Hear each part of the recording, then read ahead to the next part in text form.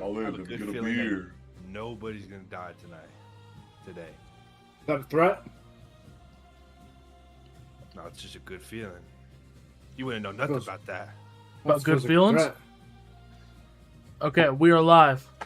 Colin, take it over. Thanks, Richard.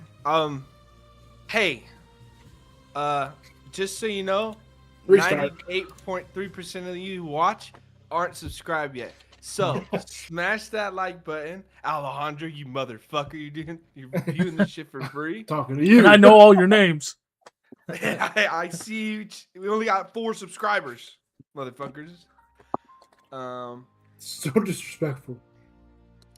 Yeah, let's go ahead and get back into our adventures in the age of the inexorable. It's been a minute and a lot has happened, especially since our wonderful boy, our young booming boy Felgor was with us. So, general recap, the Penance Group 13 members, prisoners under the Asuran Empire, were given a job to go and investigate these mysterious ruins that had appeared just south of the city of Almaris, the home and heart of the Church of the Cleansing Flame, one of many churches in the Asuran Empire. They went through, encountered traps, rats, mimics, and at the end of the hall, there was ghosts, there were mermaids, it was all kinds of crazy shit, and discovered the key to the final room in this dungeon-like arena. There was, at the end of this hallway, a grand statue wielding an enormous sword, which our party fought, and through some intense, divine, magical assailment by Ezekiel, dealt with this grand statue, bringing it down and ending the combat scene with almost a couple deaths in the party. Takiri taking a huge fucking hit to the collarbone. He's gonna have to recover from that for a while. And investigated the end of these ruins, where there was a throne room of sorts, and inside there was a grand stone mural depicting some central figure surrounded by what looked to be a pantheon of 12 others. There was a side room that contained tomes of knowledge that was illegible and basically unreadable by most of the party, up until our lovely Braxton Ducard. His magical expertise allowed him to read any text, and in doing so, basically made it so he could read every single tome and a little bit of text that was strewn out throughout the dungeon that was unreadable before. There was also, after the party took some of those tomes, some of the information, there was a small metallic pyramid that disappeared into the pockets of Takiri. And upon exiting the dungeon, you guys were greeted by the guards who took you to the Flame Warden, who navigated this whole mission, who basically was like, "What'd you find?" And you told them what you find with a expertly laid out map by Cassian. The rest of you considered your job complete, and were basically told that you were going to wait until your next job was to be held, with the understanding that you were going to continue this cycle until maybe you got released, because Garum, our wonderful Beastborn companion and old friend of Cassian, was freed, was given his freedom at the end of this mission, and was allowed to go throughout the world on his own, giving you hope. You guys, Takiri kind of split off as you guys headed back to the city of Almaris, and he began to get a little drunk, kind of wander out through the night, and started messing with that metallic pyramid that he was able to slip by the guards that were kind of shit at their jobs. They really didn't pat you down or anything. They were just kind of bad at doing it what they were supposed to do. And Braxton went out that night to go and search for Takiri since he had been gone for some time, when some mysterious force or energy began to overtake Braxton, and he began to almost hunt Takiri down through the streets. And right before he brought his axe down on the nape of the neck of Takiri, he regained his senses and basically talked his way out of it. And you all joined back up at the barracks, the little cabin of Penance Group 13, and picked your little cots and whatever to bed down in for the night, expecting to have another job maybe within a few days' time or something. When the next morning, Flame Warden Seraphine Vayati and a couple of guards were immediately at your door and said that something had changed, and you were to meet them at the reliquary to discuss what was going to transpire next, and really get a better idea of what Penance Group 13's next goal was. What was described to you was something of importance. The energy that Seraphine, Flameworn Seraphine, bestowed upon you was one of urgency and one of secrecy, almost. You were given a box containing 3 smaller boxes inside, maybe 6 inches long, not very wide, and you were told that you were going to be taking those to 3 locations. 3 separate locations across the full range, basically, of Asura. One was going to be towards the north, in the northernmost city of Karthmir. The second was the westernmost city of Ashreach, near the edge of the wildlands. And the last one was the southernmost, not even city, domain of Asura, Serathos, a small island just off the edge of the Black Spire Compact's southern coastal line. This was said that once you delivered all 3 of these, your mission would be complete, and all members of Penance Group 13 would be granted their freedom. She gave forth that air of urgency, saying that it needed to be done as quickly as possible, and they would be expecting you in one of those cities in 2 months' time. So you would have 2 months to journey to at least one of the cities, deliver it, and give a progress report, which is still quite a trek across Asura.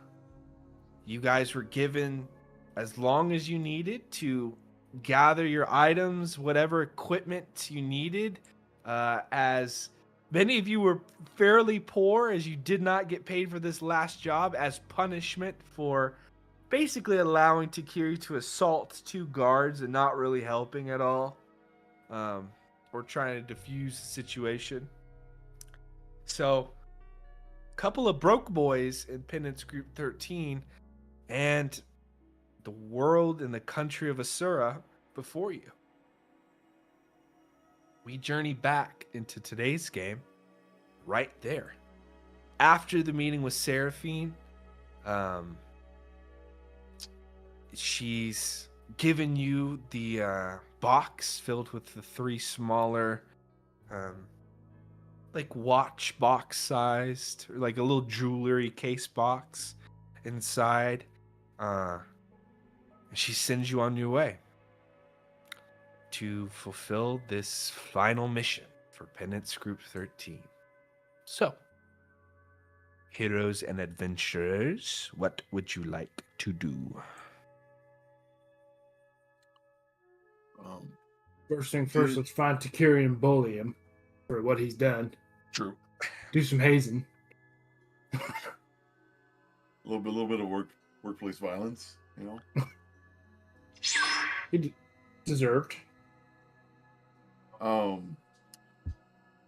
Did they say we cannot open these boxes, right? No, they didn't say that. They just said deliver these. Yep.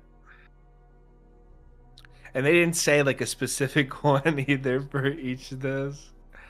They are just like, deliver one of each of these to Karthmir, Ashreach, and Serathos. Very hawk. And I do have that box, by the way. I grabbed it. Okay. Cassian has the box. Nevin said that he's watching us on the big TV. He said we are watching you guys. So, like the family. Hi, Niles. Hi, Niles. Stop, you're going to scare him. Scary, bro. You guys have as much time. She also gave you a map with the boxes. Mm-hmm.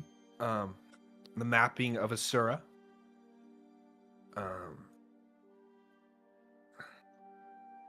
So you guys have 2 months to get to at least one of these cities and deliver them, and then deliver a progress report.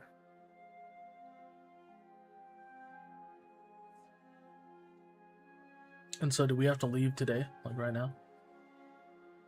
That is up to you. I mean, there's not really much that would hold us here because we're poor. Very true. I mean, really, only time. What time of day is it? It is early morning. I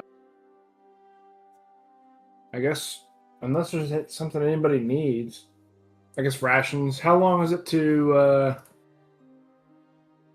Otherin? That's right. That's one of them we gotta go to, right? No, Karthmir, which is north of Otherin. Yeah, they said that one would be like the easiest, right? They, yeah, because you're basically going through territory that Asura's like had control over for a long time. Ashreach, she kind of described was, it might be a closer journey, but you're closer to like the edge of Asuran territory. Basically where it kind of meets up with Vaskiran owned land to the further west. And Serathos would be the hardest by far, and you would have to charter a ship of some kind to get there. You could either actually roll me a history check. That's not on this map, huh? No, it's not. Bloom is close there. She only gave you a map of Asura. You don't have a continental map. Unfortunate. You'd have to go and try to find one of those. 20 total. 20. You've heard of Serathos. It is a strange city that is so far away from the mainland of Asura. It's kind of like how the United States and Alaska. It's like it's so far away. It's hard to believe it's a part of that. And it's an island not too far off the coast. if you went by foot, you would have to travel through the wildlands to the south, and then eventually the swamplands of the Black Spire Compact, nearing like one of these bigger cities near there called Wormbloom, this big booming metropolis. Or you'd have to charter a ship either in Almaris or near one of the coastal cities, maybe Cole Harbor or Serathum, and get a ship that takes you down the coastline.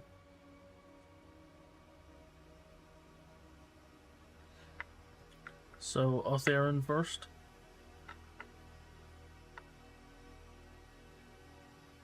Earthmere. Yeah, Carthage. Oh, that's what I meant. Otherin, just the capital. Are there any boats that would take us to Stonebrook? If you got to Cole Harbor, yeah. But we don't have money. Fuck. The thing about Almaris is it sits on what is it? It's a peninsula, right? Because it's on all three sides. Yeah.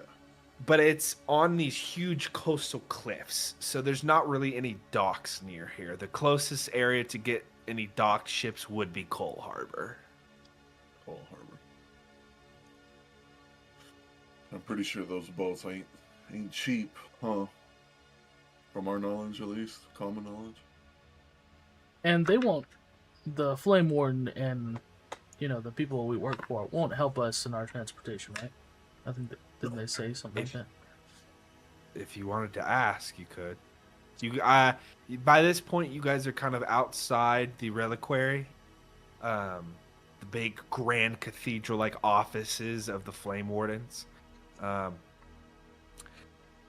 You could roll me an insight check, Ezekiel. I can't find my notes for last game. It's a natural 1 for a 3. Yeah, you don't know if they would be willing to help you. You could definitely ask, but What about Cassie? Cassie, have you ever seen them help with prisoners' transport to a different job site over a long distance?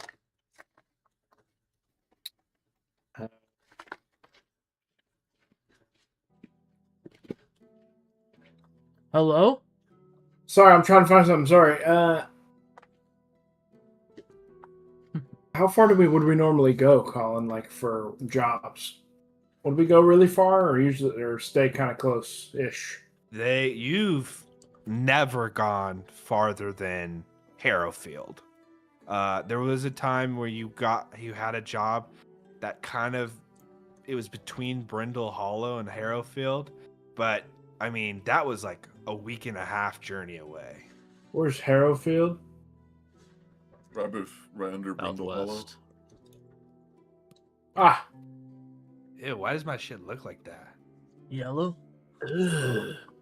Oh, when you zoomed out, it looked like it looked like it had stink lines on it. It was gross. I'd say to you, not that I'm aware of. I mean, I haven't ever really been far enough away that we needed transport. But I don't know that, I think it's worth asking. Save us a lot of time. Just for clarification, we need to go to Stonebrook, Carthmere, and Ashreach. Is that right?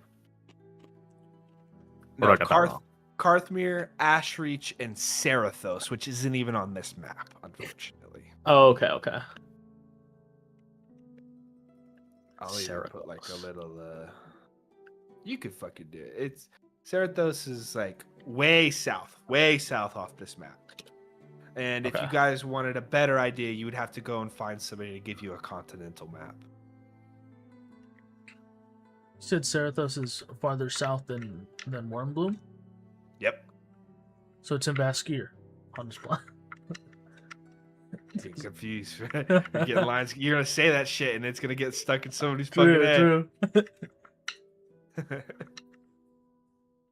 But we have this map, and that's definitely my only knowledge of geography. Yeah, I'd say Many of you have been in a variety of locations within the country of Asura. And this might be one of the first times that you've actually seen it laid out on a map in your lifetime. Many of you, if you had traveled, you probably only followed road signs and directions from others. This is probably the first time you've actually seen most of the country laid out. As you're all fucking all three of you 4-foot monsters are just leaning up against Cassian as he's holding the map out. Yo, Let me have a turn. yo, Let me see it. let me see the map. Oh, Get them, boys. We'll take get your them, ankles. boys. I think I lost all my notes from last game, so that's You know what now? Just don't take them. What? Keep them up here. I just don't think it's saved. I guess. We'll save them next time, bro. Maybe it's on your other computer. Colin, so you said Let me we're, check. I'll We're be at, back. We're at like our home, like our barracks or whatever. Sheriff, if you would have liked to have walked back to the barracks at this time after getting your instructions. Well, I want to go back and ask about them helping us with travel. That's why. Yeah, you guys take a moment, discuss everything as you're walking back. Ezekiel, you stop and consider this idea. You can go back to the reliquary. You're not too far. I'm gonna do that. You walk past the streets. You see off on the horizon the grand wall that surrounds Almaris, with a little bit of a fog kind of rolling in off the cliffside. Arrive back at the grand reliquary here. You're immediately stopped by a set of guards who stop you and say, "What is your business here?" Pens Group 13. I have a question for the Flame Warden. Which Flame Warden? Seraphine. They look at each other. One moment. They depart back inside. A few minutes later, the dark-skinned, bald-headed visage of Flame Warden Seraphine, Vayati, walks out and says, "What is it?" I just wanted to maybe get some clarification for Pens Group 13, since this is such a vast job. Is there any way you guys could help us with transportation? We all don't have too much money, and getting across the continent would be such a hard matter without any money or means of travel. She looks at you, and these very piercing eyes kind of scan you up and down. Her eyes kind of flicker around her for a second. And you could tell she's like trying to see who's around her. Roll me a persuasion check.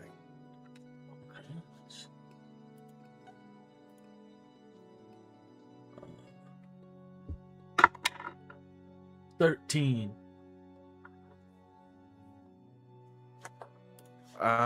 She says, "Just one moment." Walks inside. About 5 minutes go past, and the guards are just kind of out there, like looking at you, like, "So, like, how long have you been in Almaris?" We're not friends. We're not friendly. All right. And then Seraphine comes back out. She says, "Here," hands you a bag. You can immediately tell it's filled with coin. She says, "That should help. That is all I am going to be able to do for you. I recommend you depart at once." Thank you, Flame Warden. I'm gonna try and kiss her hand. She does not. She pulls her hand back and she says, "Good day. Remember, 2 months, as fast as possible." Heads back inside. Jeez. It's worth a shot. I'll head back to the group. I'll give it to him. Wherever we are on this peninsula, can we like see across the water? Like, Unfortunately, in the city, there's a huge ring of walls around the city, so it's hard to see the outskirts. But you're free to explore the city or go wherever you want. And the barracks, which you guys are kind of in the slums on the south side, it is right next to a gatehouse. So you guys are like 5 minutes away from being able to leave Almaris and be able to see whatever you want. yeah, I might, as Ezekiel was doing that, just try to find some sort of vantage point to just see, like, according to this map, if I could see like north, how far that, like, if we were to take the water basically via ship, if that's like a super far distance, or if I can't even see like where Stonebrook is, kind of thing. Gotcha. Yeah, you'd have to go out to like the northern edge of the city, which would take you like 30 or so minutes to do. You all, as Cassian's got the map and is like doing this, Ezekiel eventually walks back to the group. You guys are just in the middle of the streets, midway between your house and the reliquary. And you rejoin your companions, Ezekiel. They said no. They said what? They said no. Why are you smiling?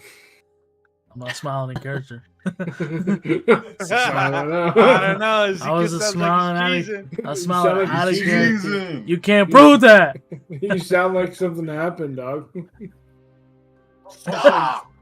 Also, you were walking with a little bit of jingle to your step. Yeah, we heard. Don't act like we didn't hear that. I picked up some jingle bells on the way. I like them. It's Christmas You time. don't wear bells. You don't wear I bells. found some change on the ground. Get over it. Yeah, about a couple. Open your pockets. I stole from a homeless man. I'm not proud of it. Sue me. No, I talked to the Flame Warden, and she's not able to help us with travel, she said. So she did give me some, she didn't give me some money that we could use towards helping us get across the land. And I'll open the bag and I'll pull out like 5 pieces. Like, You fill out 5 silver pieces. She gave you 5 silver pieces? no, it's the whole bag. But I was just showing. How much did she give you? I don't know. I didn't count it. It's this bag full. I'll open Of it. silver? I'll open it and look. Is it all silver? Yeah. It's all silver. How much is it? How much money or how many pieces? Yeah, it's how many pieces of silver. How much money is in the bag? I don't know. I'm illiterate. May I look inside and count the pieces for you? I'll dump them out. Oh my ground. God. Good Lord. About 20 roll into a sewer drain. No, God damn. no. That bad? I'm Is that joking. bad I'm that we joking. I'll lost those? just open the bag. From eyeballing it, it looks to be about 70 to 80 silver pieces. We're rich. So you got 8 gold-ish? That's some good math. Nice. That was some good math. Thanks, I don't know how you do it. You're gonna have to explain that. Yeah, that's crazy, huh? Magic. You Money's not multiply it real, by but it's 2, what- then it's multiply whatever by you want it to 5. be. How'd you do that? Oh, Do Colt, that you're shit frozen. Colt, you're frozen. God, you look cute frozen like that. Oh, never mind. Hey, Yeah, he was like, something happened. And then my internet might be getting spotty. Hey, the iPad! the iPad! Turn it off! Turn it off! You turn it off or I'll turn it off for you. So we have 8 gold to get across this country. 8 golden dream. They did say that we can, like, take jobs, earn some money on the way, right? Yeah. But we Hell no. We're on the job. You can't take 2 jobs at once. Is there actually on that? Is there like a job board? You know what I mean? We got that kind of stuff in this world, or no? Oh yeah. Yeah. So can we? Okay, next question. Is there a pretty solid path from town to town since night's so scary? You would know this. Give me a history check with advantage. Okay. We could take jobs Smile. at night too. Huh? We could take jobs at night too. No, we're not. Why? What happened last time, Ezekiel? Why are you here, buddy? How Why- many why times we- do we have to learn? How are we gonna learn anything about it? We don't go out in it. 16. 16. You know the next closest city to Almaris is Relcaris, which is just south.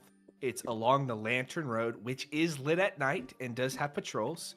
For most of the cities near, or the villages and towns near the plains of Ren, in the center of Asura, there are well-traveled roads and paths that do have Bone Guard, the soldiers of Asura, that traverse them, not like constantly, but fairly frequently. They go out on patrols.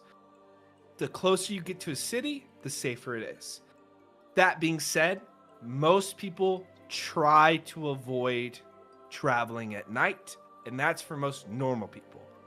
Adventurers like yourselves, or soldiers and guards, hunters and rangers, those who can defend themselves know that there are dangers at night, but it's not like immediate death. It's like traveling through a forest you don't know very well. Like, you could get hurt.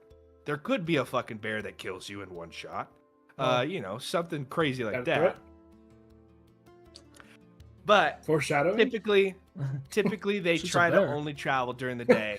One bear. And the one defense you have at night is to set up a campfire and stick close to it. Okay. This one bear has the then- strength of 12 bears. That's no normal bear, I can tell. Look at its quads. Holy shit. Jesus. The strength of Those 12. traps, man. God His dang. neck's 4 feet wide, dog. That ain't no normal bear. There's a All he has is bulldog of a neck. bear. That's the neck. He's wearing clothes. He can hardly move his legs. He's so look at him. He's so stiff. Okay, so I guess I want to go see how much a map is for like the rest of the map we need, Okay. and then also check the job board. Cassian, are we? What? Whoa. I'm sorry. I was What, thinking. Braxton? My Fuck! bad. My bad. I Don't didn't stop mean that. talking to you. All day with Yeah. you. All day. Don't talk to me. As vice captain, I'm not going to be talking to you that way. You're not vice captain. So I'm assuming we're headed towards Karthmere first, correct? Yeah, I would assume we go Karthmere, Ashreach, and then go to Cerithos. Cerithos. Just because I think that'll be the smartest path, right? mhm. Do we? Oh shit! Shit, dude. Do boats sail at night as well? They have to, right? Colin? I don't think you have ever been on a boat. I wouldn't That's know. fair. I don't think you would know Burn. that. Burn. Ezekiel, I don't even think you know what a boat is. Shut the fuck And up. Cassian, Dumbass. you can't count to 20. That was a secret. You don't know numbers. I got 7,000 gold on me. I just don't know. I just think I have like 15. Holy fuck, shit. this map is huge. Oh god. Hold on a minute. Keep going. You're good. So I'm assuming we're just gonna take the roads all the way to Karthmere, correct? Yeah, I think so. I think if we just kind of keep a real good pace, Hmm. stick to the roads and kind of just push a little bit, I think we can knock those two out pretty quick. Because it sounds like the last one's gonna maybe take some time. Uh, would I actually know where Serathos is? Ooh. No. I think Roll me I a can definitely history look check. now. All right. Now. I'm using guidance, bro. Okay.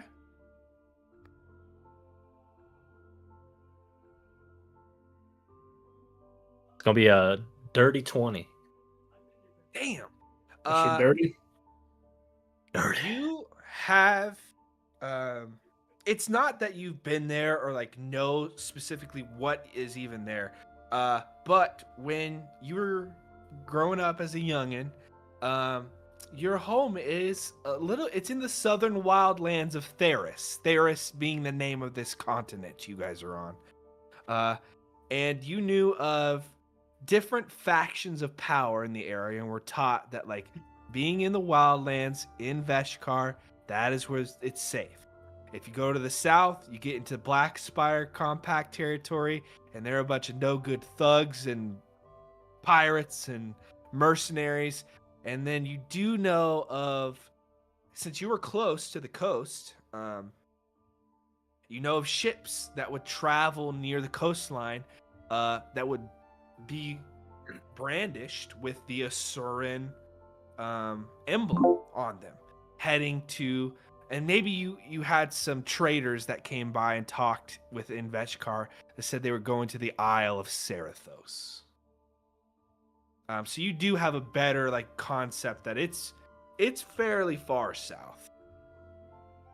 Would I have a general idea, like how, just like judging from how long it took me to travel, get caught, and then end up in Almaris, how long that was?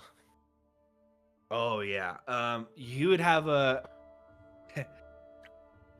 on a 20 you'd have a pretty good understanding. It was like probably a month's journey on foot from where you live, which was fairly far south. So it's the furthest one by far. It's the farthest place to go by far. A month to Almaris. From Veshkar. Yeah. Okay. All right. I think I would just try to pass that info along to everybody about like just how far it is to Veshkar, even though no one knows where that shit is.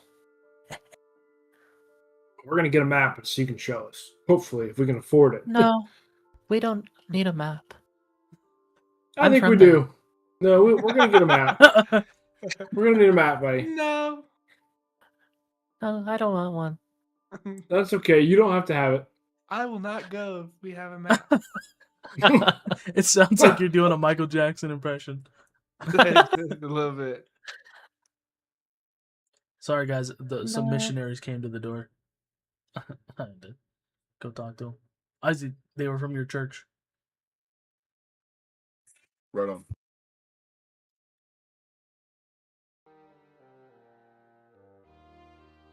Okay.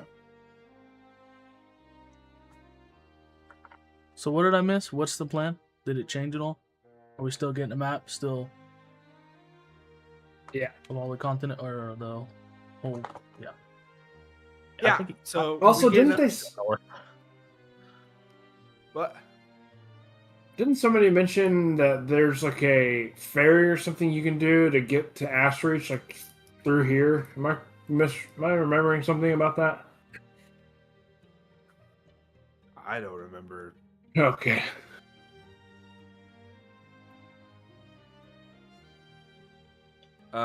Unfortunately for you all, these will literally be areas you have never been to before. Braxton, you're probably the only one that's ever been this far west, as far as Ashreach. So you kind of have a little bit knowledge. Cassian, unfortunately, you do have like an understanding of Otherin, but you remember the city. You don't know how to navigate there, the dangers that are there, any landmarks, stuff like that.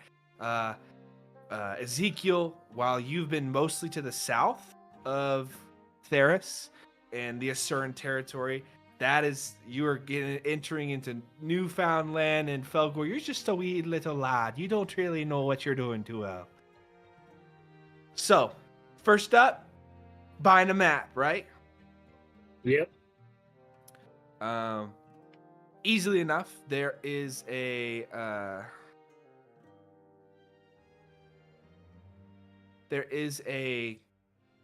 salesman, a merchant that deals in travel goods, that has a series of sea charters, like locations of currents on the sea, and they have the Asuran map for you, and they also have a continental map of Theris available for you for 3 silver.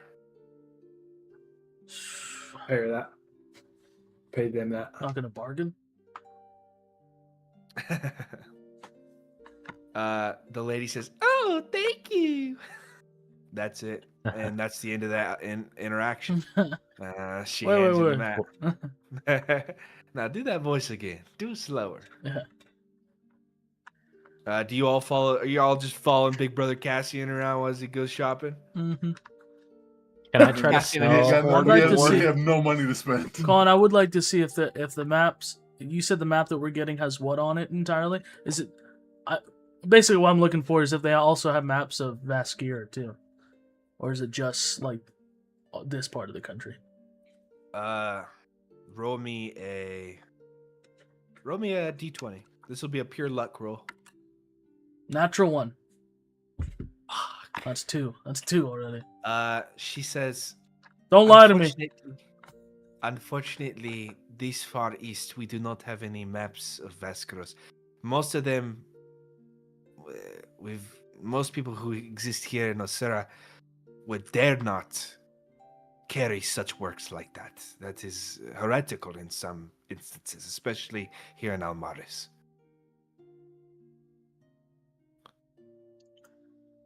Okay.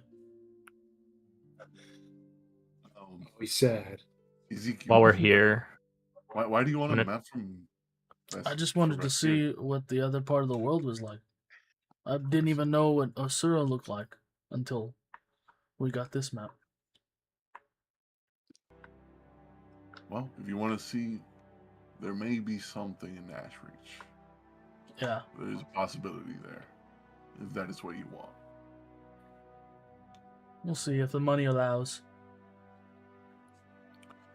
Well, I'll go up to one of the merchants and try to sell these 2 golden knife handles that I found in the. There's a very Mysterious. stern-looking, dark black-skinned man who's got like these kind of bushy eyebrows on the top. And he looks at them. He says, 2 gold. 2 gold. These are not just your ordinary golden knife handles. These were found in the mysterious ruins filled with magic. I'm not going to fall for this. Roll me a persuasion check. Dugwork kind of creeps me out a little bit. With guidance. Okay, just so you know, every time you cast guidance, you are casting a spell. So he would see. Oh man. So like you're like here, you're like here's 2 gold, and then you go, and then you cast a spell on yourself. So just so you know, So it might look That is sus. it Sus- might be a little sus every time you do it. All right, this is gonna make this a little funnier. A 6. He looks at you and he goes, "You bring witchcraft into my store? Go now before I have the guards remove your hands from you." Yeah, I'll just get out of there. You see a sad Felgork walk out with 2 gold knife handles. yeah, what's Is your there knife another handles? merchant I could try? Sure. All right, I'm gonna do that. Roll Same me, spiel. yeah, roll me another persuasion. It's gonna be an 18 without guidance. 3 gold. Okay. Deal. Shink. Shink. Take it. Put it in my little. Pleasure pocket. doing business with you. Blessed be to Asura. Pleasure. Colin, something's going on in the world. On the map. Who's drawing cocks? Oh shit! Is that normal? What the hell? You can see it just changing colors in my room. All right. Yeah, yeah, it's like a wave. All right, you've got your map. Felgor's got 3 gold in his pocket. Damn good deal. Penance Group 13. What are you Rich. doing? Cassian and his 3 dwarf boys. We ain't got Now much let's money. go. Let's go check the job board. Okay. Jesse, can we please have some money to go get rations? For What do you mean? Why are you asking me for money? Ezekiel has all the money. That I do as the Ezekiel. vice captain. It's my job to hold all the money. I have my own money that I've earned over my I X am amount of going years as of doing fast. this. And as captain, He's he got gets the to new keep money. that. He gets to keep that. But Felgor, you're new. I need to hold on to the money that you just made. I mean, you could divide that up between everybody. You know, everybody gets Falgor. kind of a share of it. Felgor, You know what I get the mean? 3 gold. I'm gonna grab 12 silver out of the bag. He's gonna try. Gold. He's gonna try. I'm gonna do that. I'm actually gonna do that. I'm going to do that. He's not hearing me. I'm Listen, going to listen. take As that he money. walks out and be like, we need order in this group if it's gonna work. I'm gonna snatch I it. handle the money. I disregard him. I don't even listen. You can have the map. I grab it. I reach for the bag. Roll me a sleight of hand. Is it sleight of hand if he's walking up to me to grab it? Well, you can roll me a. You can roll me a. Oh fuck! I don't even know. Don't even bother, bro. 19. Watch this shit. Oh, let me roll. I'm gonna use our hope. You can roll me whatever the fuck you want to counteract that. Every Whatever bit of you hope we think. got. 12. That's a 30. That's a 20 to hit. Braxton walks up and hits you with one of these like turns your cheek to make you think you're gonna kiss him, and then he snatches the bag. Fucking tease. You motherfucker. I just pull out 12 silver and I give him the bag back. Here, take it back. I don't want it. Yeah, you couldn't have it. Does it again. You could I'll try. do it again. I'm taking your share now. You could try. Job board, job board, job board, job board. Sacred flame his ass. A tall 6-foot just human man walks and is followed by a broody teenage boy with his throat covered in a scarf, and then 3 beastborn dwarves follow him in a line to the job board. It does look a little weird, huh?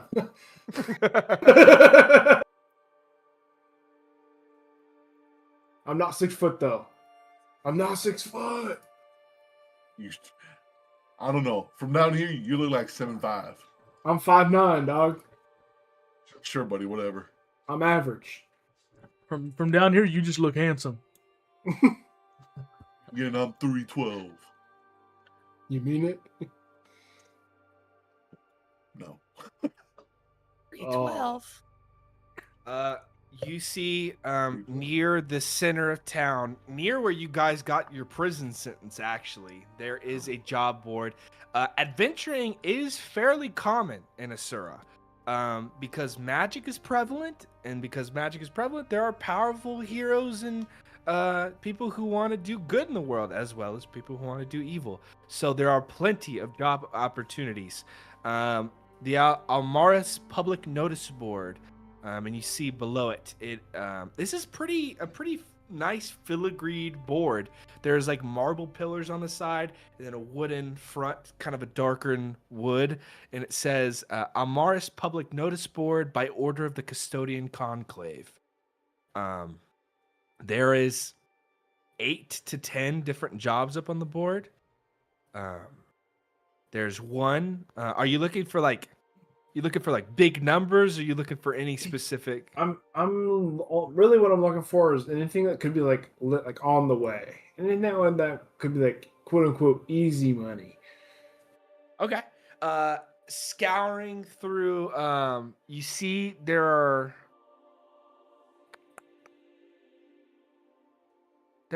4 that kind of catch your eye. One is wanted, missing pilgrims. A small pilgrimage bound for Otherin failed to arrive after departing the shrine of Saint Velis. Travelers are asked to investigate the northern road and recover any survivors. Are there any that have to specifically do with night?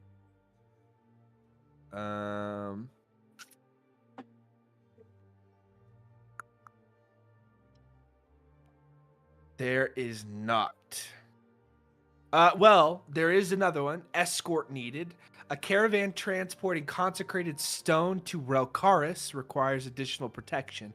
Applicants should be capable of defending against common highway threats. That could end up being a night job. Also, it's kind of on the way.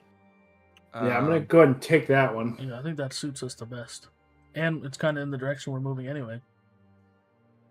Okay, so you take that one. That one, escort needed, is going to be a reward of 20 gold pieces. What was the 20? 20 Yeah. gold. And what was the first one? Recover survivors. I didn't get the names of the places.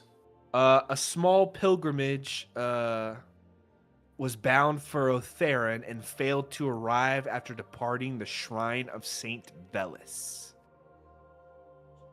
Does anyone here know about that shrine or where that shrine is located? Is it in Almaris? No. No. Yeah. It is not in Almaris. Is it on the new map? Go ahead. Do you open up the new map? Yeah, I would have looked at them. Oh, nice. Whoa. Yeah. So there's Cithlorios.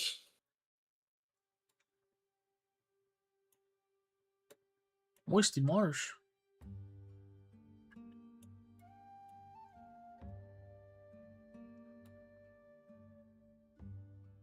Look, that's where I live. Shut up, Where? Gore. I'm just kidding. Like there? Something like that. You live next to And that's Moisty Marsh. that's huh? about a month, huh? What? Is that where I live? Sure. All right. We never really picked a specific spot, so if that's where it is, I'm totally fine with that. Or was it there?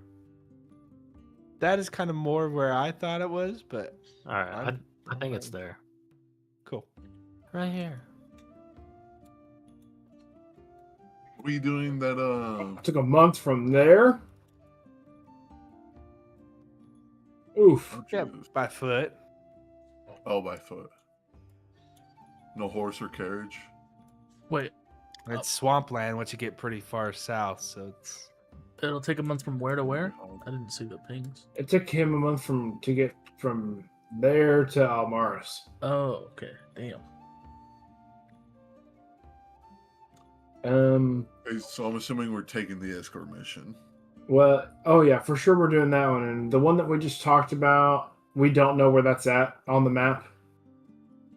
The same. you can roll me a religion check, Cassian. Okay, smile. It's unfortunate you're the only one who like lives in Asura or knows it, so everybody else is kind of wanderers. Not natural. Dirty 20. Dirty, nasty 20. You don't know specifically where the shrine of Saint Velis is, but you do know pilgrimages are like a cultural standard in Asura. They happen all the time. People will go from town to little altars to shrines to do this like divinative restoration of themselves, to like cleanse themselves of whatever sins or they feel they have. If they have like a sickness, they might do that to pray for another loved one. Most pilgrimages usually end up ascending the Pilgrim's Stair. And you know, on a dirty 20, if you knew anywhere to ask about the shrine of St. Velis, it would be in Velzerath, which is at the bottom of the Pilgrim's Stair, or any pilgrims along that path could tell you. Like, there's like people wandering all the time. It's like people touring the Great Wall of China. There's always going to be people there. Well, and there's job boards in like other cities too, right? So like we could probably head to Velzerath and find a job board with this same job posting more likely because it's closer to the area. It might not be the same job posting, just because communication like that isn't that frequent. Like mail isn't really like a common thing. So this is just the jobs that Almaris has access to right now. Okay, so Or we could take it and then when we get closer to the yeah, well, I think we'll take some of these no matter what, for just in case. just nobody else. does it. What's the reward on that one? On the pilgrimage. pilgrims, 50 gold. There's also another one that is called Wolf Hunt. Severe, unusually aggressive, all caps. Severe, unusually aggressive wolves have begun attacking livestock outside southern farmlands. 25 gold per hide.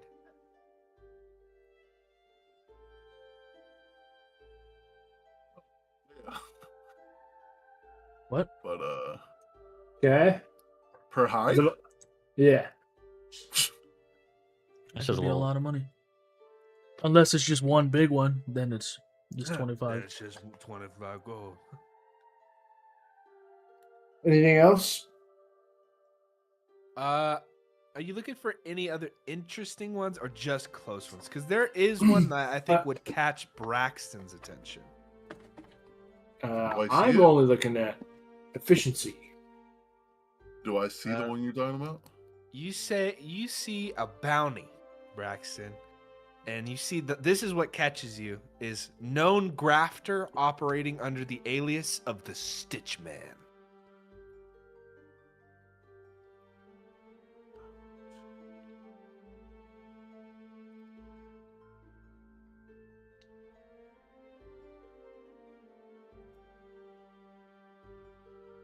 Stitchman, right? Yeah, Stitchman. Wanted alive for questioning. Last seen near the eastern warehouses in Cole Harbor. 40 gold.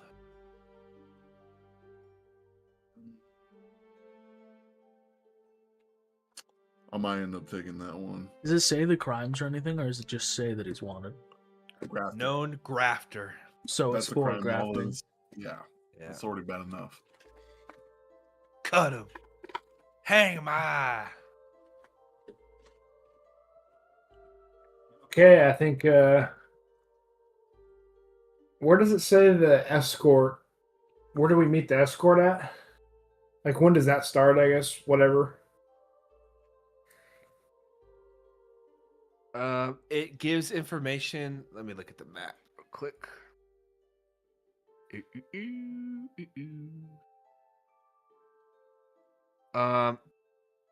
It says to ask for Talvon near the Ashgate Registry.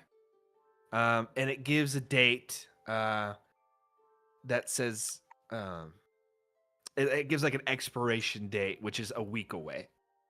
So you have plenty of time. You said ask for Talvon. Talvon, yes, near the Ashgate Registry, which you know is on the if Almaris is a circle, the reliquary is on the right side, the Ashgate Registry is literally on the left side of the circle. Got it. And for these, like the pilgrim and the bounty missions, do we have to come back to where we got the mission from to like get our payout, or can we get paid out on like those cities that we finished in? You unfortunately wouldn't know. Okay. Cassian, would Cassian have done some sort of job board in his past? I think I would think so. Yeah, I don't think he would just Then sit Cassian around. can explain that these count as like receipts of jobs done. So upon completion, as long as there's another job board in any city, you can turn them in at the local church that is in control of that city, and they will pay you for the job done. Okay. Nice. And so for Almaris, it would be the Church of the Cleansing Flame. In another city, it might be one of the other 7 churches. Okay. Okay, so the only thing else left that I think we need to get is, make sure we got rations and stuff to make fire, right? Should we also plan out our route Camping as stuff. well? Well, I think either way, we're going to go to Real Cars with this job, and then if you want, we can go to From Real Cars, we can head to Cole Harbor, and then Cole Harbor. Belzerath. And then you can go to Theron to Cathmere. Carthmere. Mhm. And then we can try and find out once we're like in Otherin or something, if there's like an easy way to get across here. Because I feel like there would be. That's a pretty substantial distance you can clear by just going across that water. Yeah, and this map shows most major towns and cities. There are plenty of villages and smaller towns that aren't labeled here. Yeah, so maybe we just kind of get to Otherin and then we'll try and figure out at the whole Ash Reach thing. Ass reach. Ass Reach. Ass here.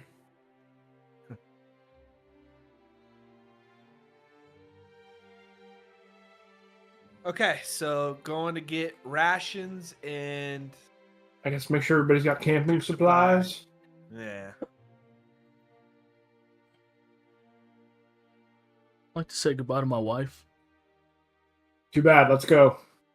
Give her a kiss on the lips. Which is the Flame Warden. Whose name is Savathun. Catherine. Savathun. No! Seraphina. Nice.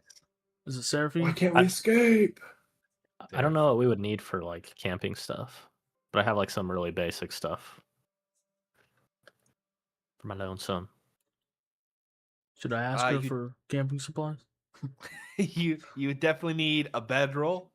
You would need definitely for camp, unless you have other means of creating fire, you definitely are gonna need I have means of creating fire. There you go. Like I got a tinderbox, a bedroll. Tinderbox. You need a flask for water. You're gonna be traveling a lot, so you might want to stock up on some like hearty foods. Should we use the gold bag for rations? The gold bag? The silver bag, Ezekiel? Oh. I don't have any money. You do know as well, Cassian, there are stables here.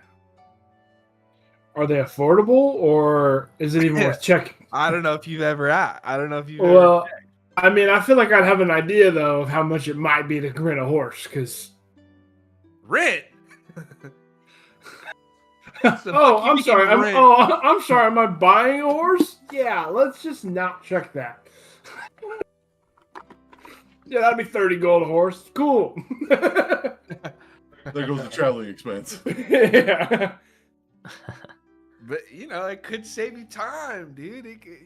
All right, we'll go check. But if you tell me something stupid, I'm gonna be upset with you, Colin. Okay. I promise I'll give a fair price. Okay, we'll go check for some horses too. Welcome to Gustavo's Horse Esperanza. What would you like to buy? We have black and white ones. We have red. How much ones, is we have your gold cheapest ones. horse? Cheapest horse, 50 gold pieces. Nothing Let's cheaper. get the fuck out of here. Walk out. Hey, But take I one do of have those. donkeys. I do have donkeys for 8 gold pieces. Why are you yelling? For 8 gold pieces. Can one donkey carry 5 people? 4 doors, a large adult, and a child? Definitely not. You will need to purchase at least 3 donkeys. How much is each All donkey? right. 8 gold pieces. Which we don't have. I've heard the donkeys are smarter than horses. They are.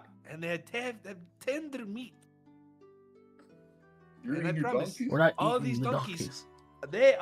They are caught up on their shots, and none of them have had any brain injuries.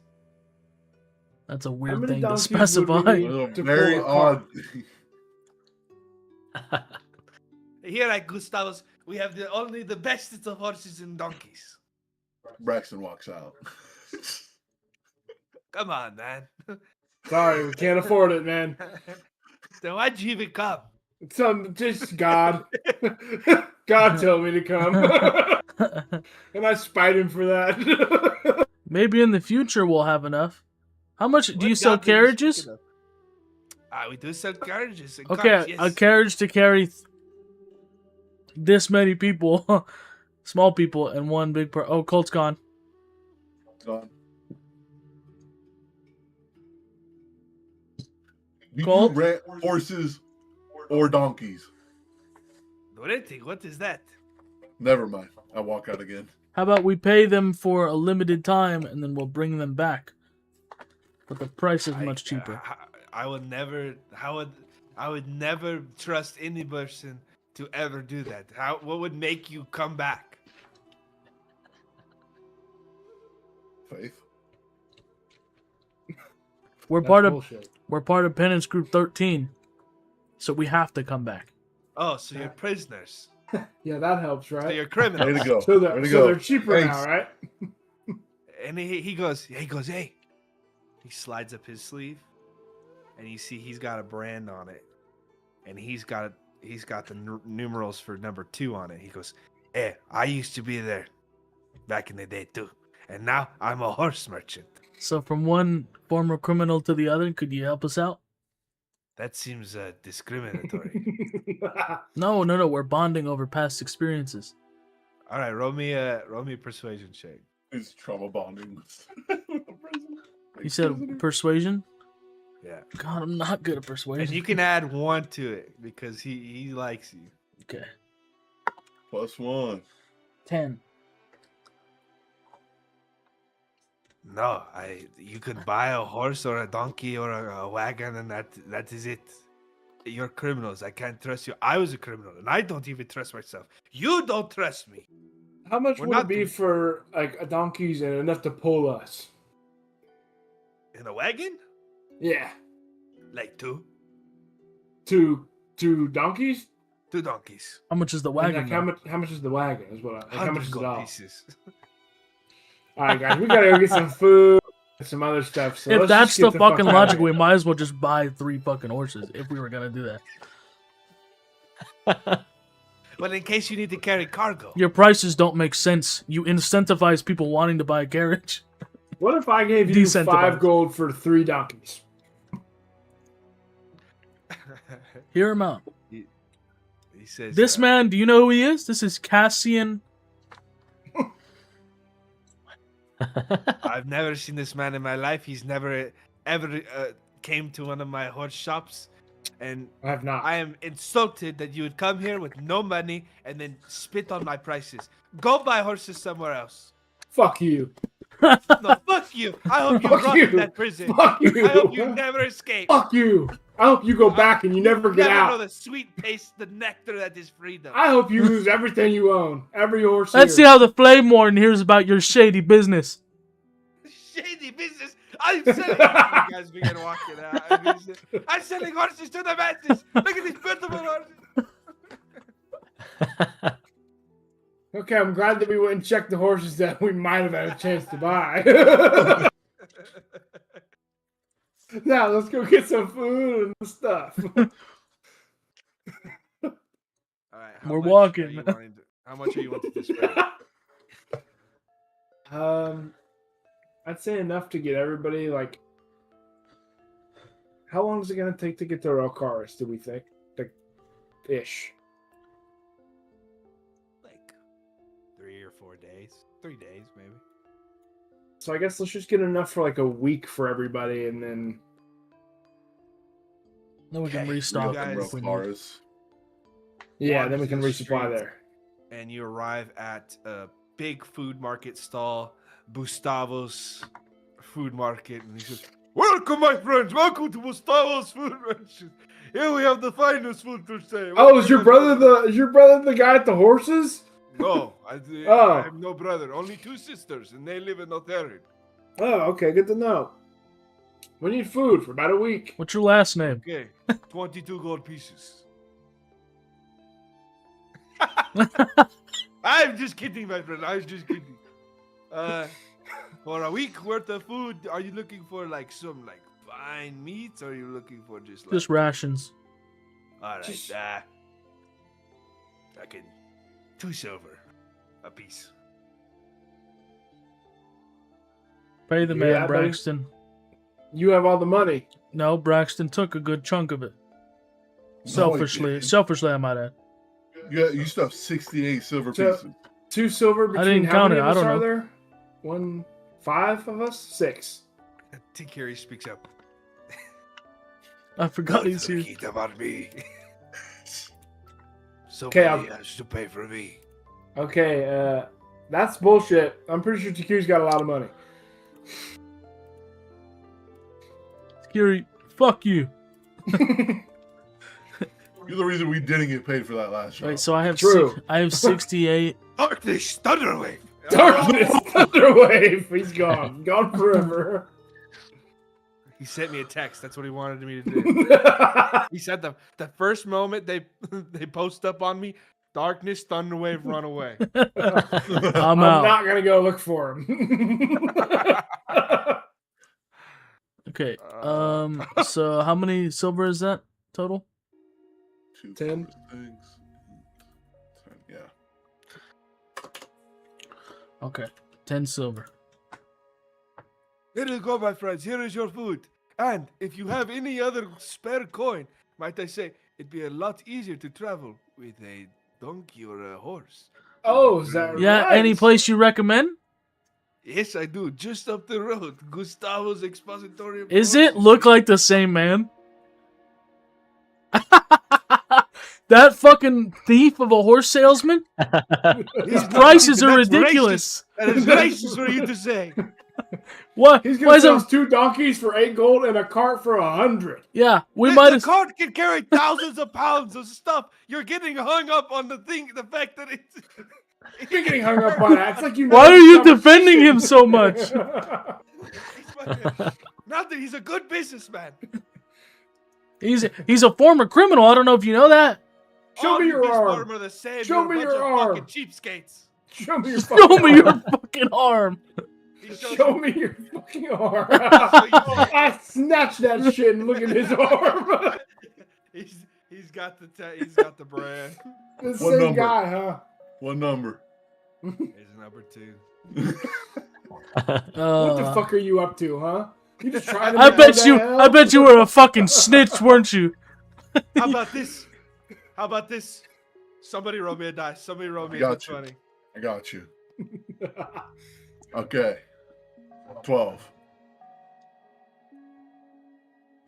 he whispers in your ear, Cassian. He says, How about this? How about we make a deal right now? Go ahead. What's the deal, buddy? You buy 1 horse, I will grant you a wish. What do you mean you'll grant me a wish? I'll grant you any wish you want, anything in the world. I just have to buy 1 horse? 1 horse. I wish How for a much is carriage the and 2 horse? more horses. You gonna cut me a deal on the horse? pieces. 50 gold pieces. So I get whatever I want if I give you 50 gold. Anything. I feel like you're full of shit. No, I promise. Can we do an inside check? He's just sure you can do it inside check. You know, I'm gonna help him with he's that. I'm he's gonna help him serious, with right? 13, 13. He's gotta be serious. I'll roll against it. Damn, 12. He seems to be telling the truth. He says, please, I've been shackled here on this plane for so long. I just need somebody to buy a horse and I could be free. You're so I'm full a of djinn. shit. I'm a You're djinn. so full of shit. I'm a You know djinn. it. My name is Gustav the immutable, please. Any Yeah. wish, and I will try to warp it a little bit. I'll try to How make about it you not give? exactly. How about you give me a small loan of 50 gold, and I'll go buy a No, I horse, and I cannot will. do that. I'll It set will- you free. It will I will break set the you free from this hell. It will break the enchantment. 50 gold pieces. I'll grant you a wish. Anything. Buddy, we don't have 50 gold right now. He takes a step back. Give me my hand back. He says, fine. You will not know.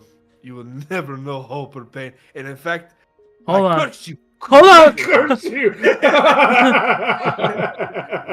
I need everybody to roll me a wisdom check. You just thunderclap? You're a bitch, you know that. 22. I'm talking to Colin. And 21. A wisdom save. Yeah. 13. Or 23. Braxton and Cassian, you feel an intense magical wave cross over you as this figure snaps his head down, puts his hands up, snaps his head down, and his eyes roll back and he goes, a curse of 1,000 snakes. And then he disappears in a puff of smoke. I hate you, you know that? I hate you. wait, so he left his store? He's not there anymore. Try One it. second. Yeah. I'm stealing everything. This is actually his store. You begin like going across the counter and you hear, hold on. He started waving the smoke. And he said, I was just kidding. You're no curse. Please don't steal from me. I'll call the guards. Guards! 18 to hit. Slice his fucking throat open. You clock him in the jaw. He rolls his head. Guards! It's a joke. We won't tell anybody about you, ripping people off, being a thief, and you let us go, and we never saw each other. Deal. Well, definitely not tell the guards that you just try to use magic on us. I try to did kill I did. us. It was a trick. You just tried to curse us with You just magic. try to curse us. Yes, They I will tried, throw you but in prison for the rest of your life for that. You know that.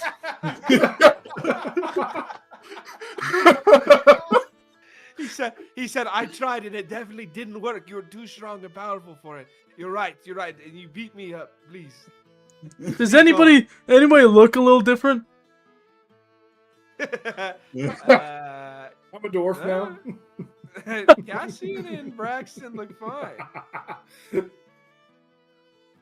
Braxton's just like, What did you do to them? I told you, I was just joking. I said, So if we "Ooh, go this to the looks Flame Warden and have them check for magical mishaps on them, and they find something, that wasn't you? I'll tell you what they'll find. They'll find you attacking a citizen who's been freed from the Assyrian Empire. And A you- former criminal. Who if they you gonna go to the believe? flame, you're a current criminal, motherfucker. What are you talking to? Watch your fucking mouth. In fact, the shop is closed.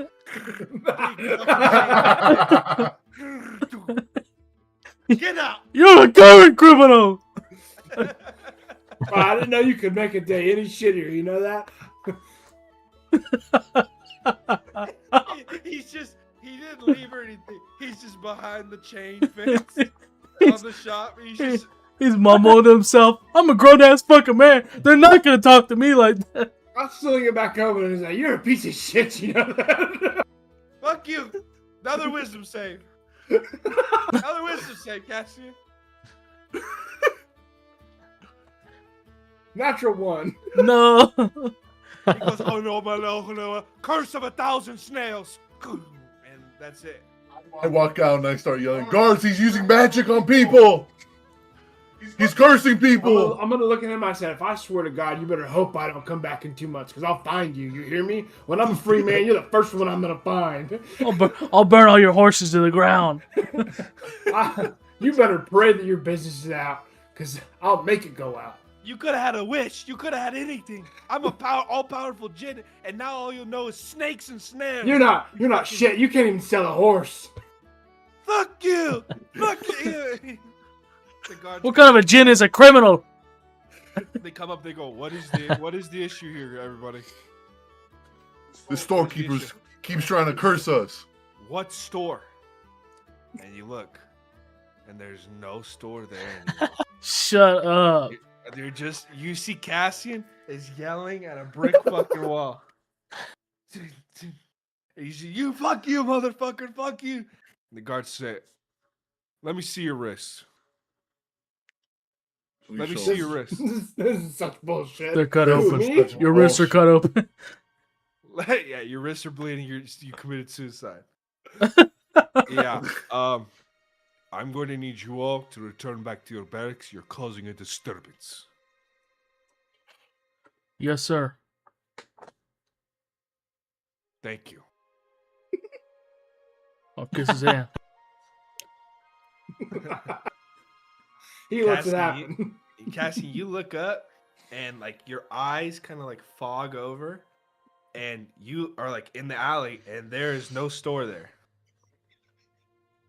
This is such bullshit. I hate this place. Let's get out of here.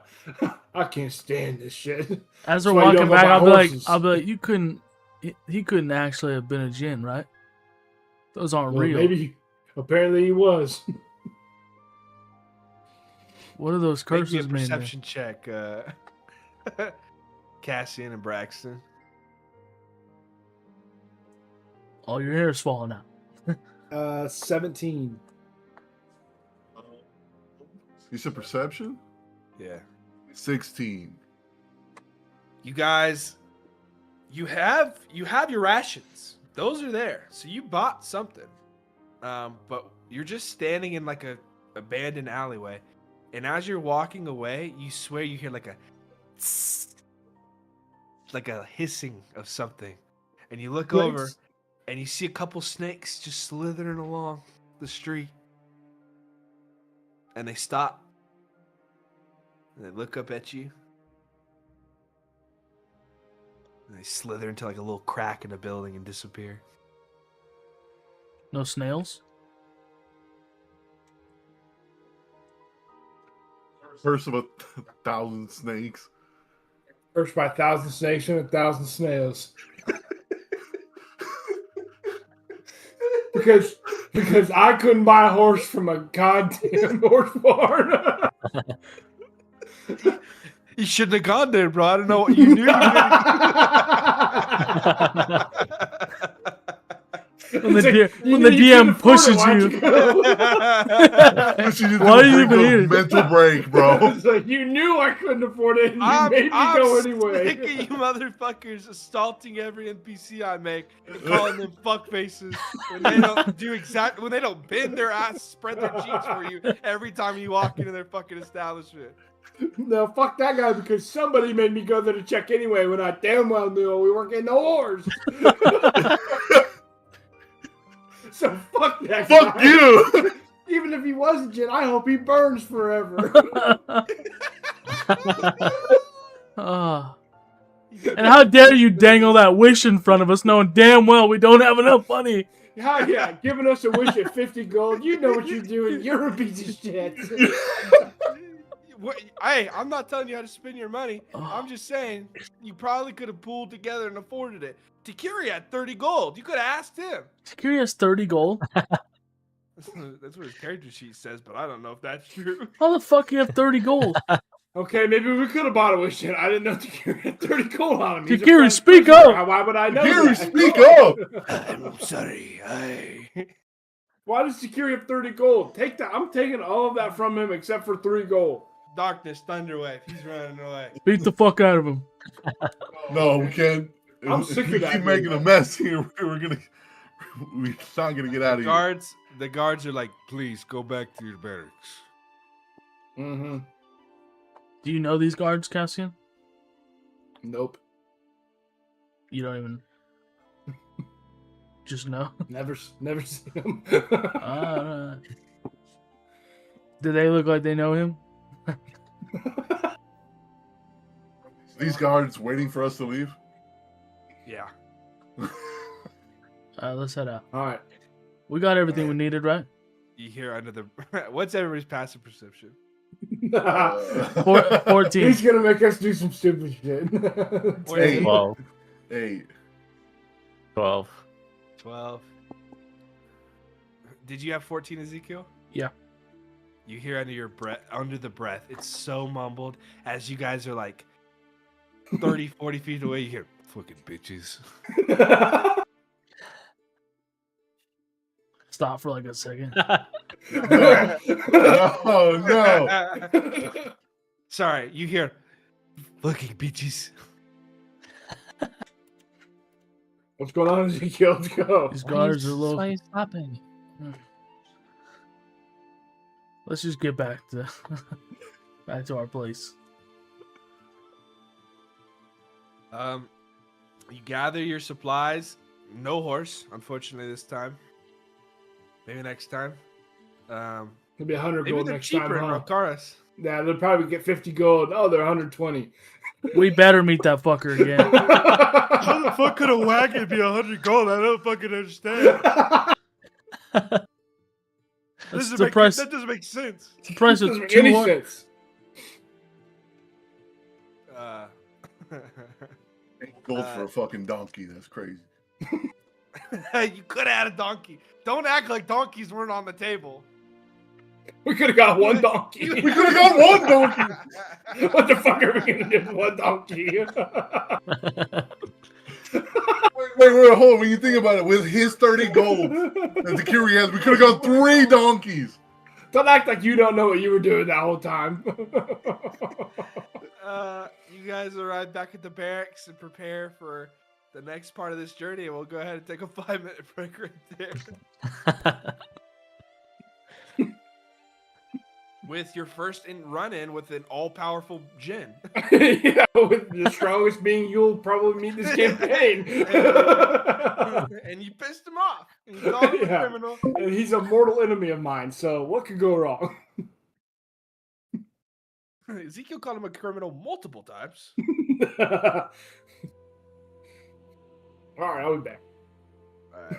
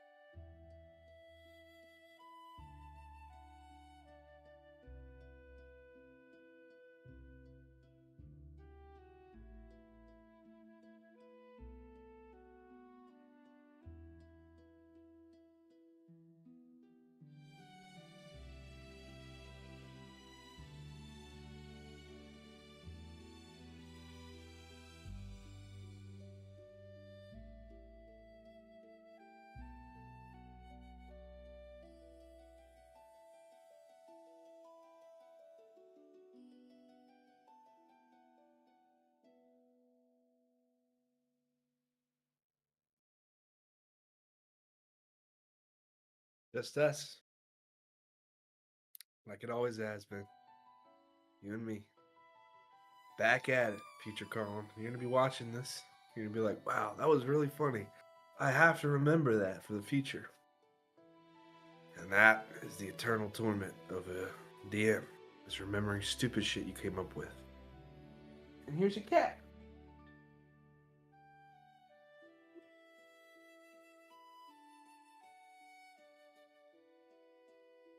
Eee.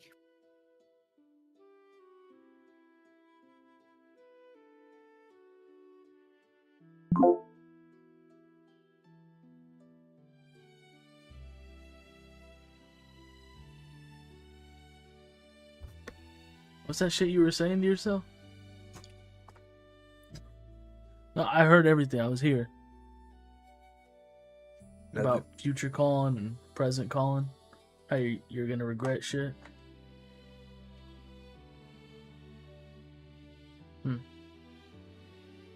Remy, turn her towards the camera. I want to see her face. No, she's sleeping. Is she? Her eyes are closed. You swear? Yeah. Wake her up. Remy, it's us. Your friends. Quit kissing her. She doesn't like that shit. Stop it. She loves it. I kissed her so many times when you weren't here. Remy. It's me. It's your friends. Remy. Cole, you do this too. Come Come on, Cole. Come on, Cole. Cole hates cats. We know that. Cole hates cats. He hates- Bring your cat, Cole. I want to see your cat. No, he's an asshole. Where's Cheeto? You Let's can't see. touch him. Let's see Cheeto, please. You can't.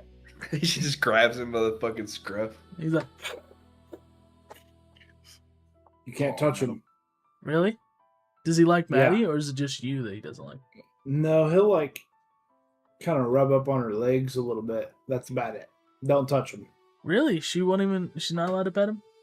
Mm-mm. That's crazy. It almost is like, why would you want a cat like that? Like maybe give him away. He was an outside cat, and then he kind of got forced to being an inside cat. So Cheeto. Cheeto's a Forced it. good Was it name. you? huh?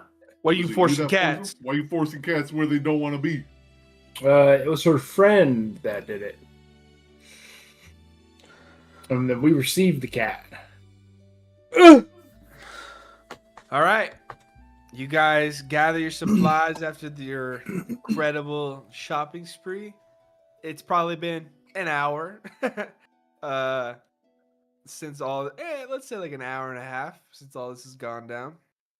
What would you like to do? We reach out to that one. Go to the Ashgate Registry. There we go. Okay. You drop off your supplies. Maybe not. Maybe you don't even stop by the branded quarters. Heading west through the city. The same kind of houses that are here, all stone construct, simple streets. The air begins to smell a little cleaner over here. It opens up on the west side a little bit more into these kind of Cloverfield little gardens around, and you eventually stumble upon this fairly large building that looks not as grand as the Reliquary Ascendancy, not the huge steepled towers and such. It just looks like a simple kind of office building, medieval office building. And it looks to be a place where there's a ton of carts and wagons and horses and stuff. Probably not for sale, but they're outside. Let it go, dude. There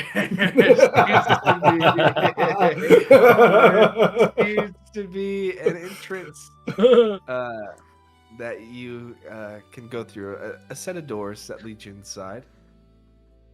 I'll go in and ask for Talvon. The person at the front says, certainly.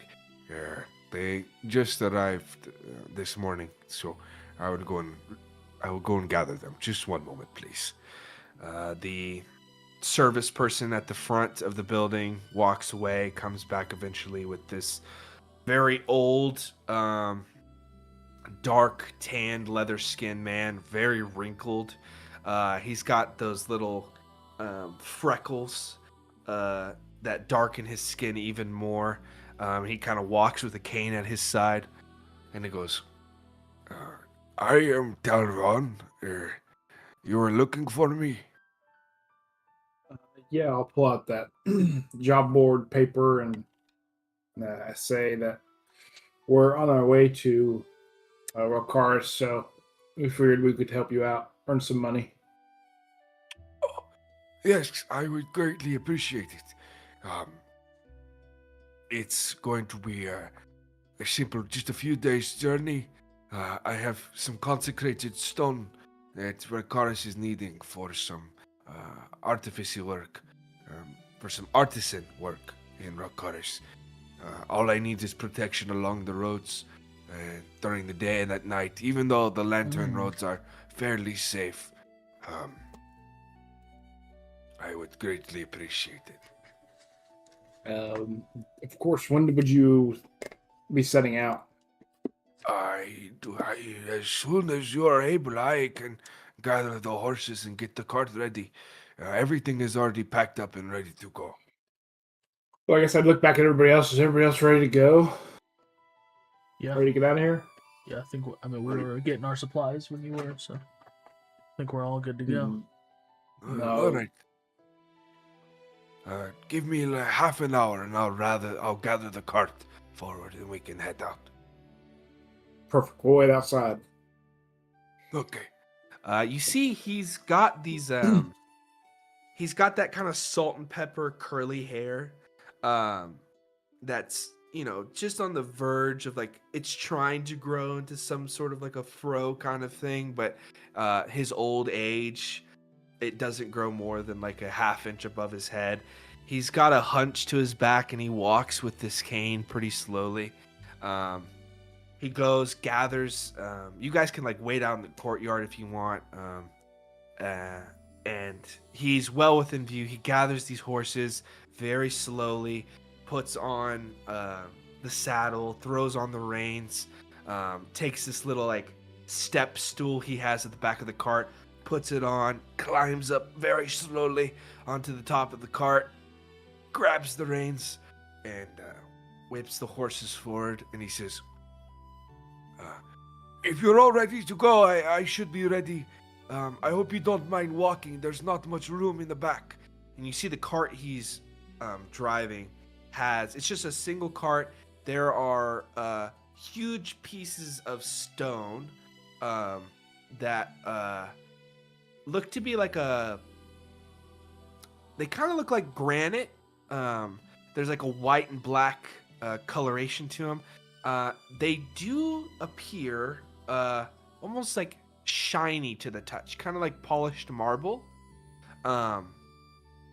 It looks a little strange. It's not like stonework you've seen before, and there appears to be like 4 or 5 big blocks, and he throws a tarp over it, ties off one of the ends very slowly, and he says, I didn't get your names. I am Dalvon. And you are?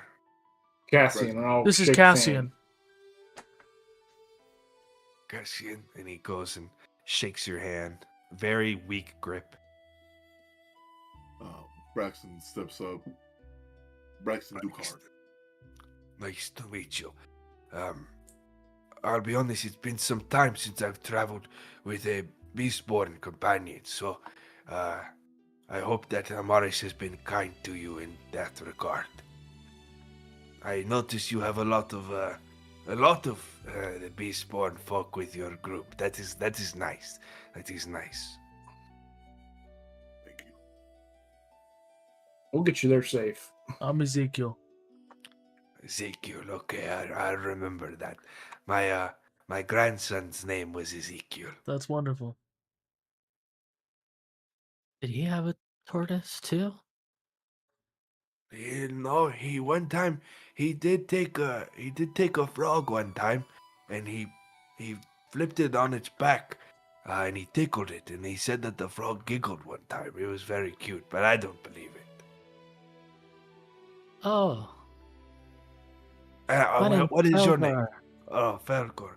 You are very young. Why are you, if you don't mind me asking, why are you with these gentlemen?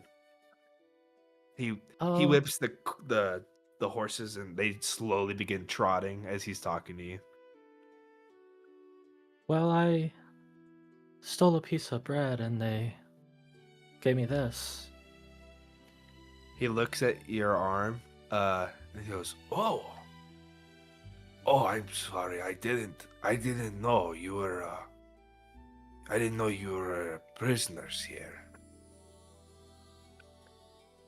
Well, for not letting you know as well. But we are headed towards Elmars or Rokaris. We have our own business to deal with.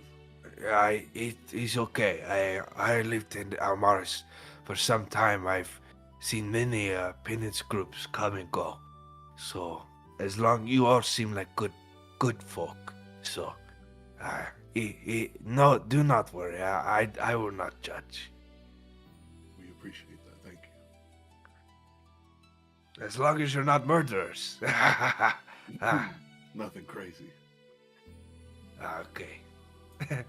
Why is he looking down like that? Ezekiel, hello, are you okay? Sorry, I was thinking about something that happened earlier. Hopefully not murder. You're a very funny man. If no one's told you before. It's just a part of getting old. Everything seems a little funnier to you. All right, we'll go. The horses just slowly trot through the city streets. You guys are fit to follow behind to the side, and he heads down the road south around the branded quarters. So there's like a one last chance to stop off by the barracks if you guys want to. Otherwise, he'll continue heading down to the low market and down to the city gates and heading south to Rokaris. Get the fuck out of here. Get the fuck out of here. It is not even middle of the day at this point, and as soon as you crest through the walls, about an hour or two goes by, and this is the first time, Felgor, that you've gotten a chance to kind of look out across those, past the city walls.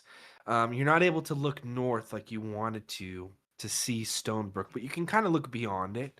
Do you want to give me a perception check? Yes. 7. 7.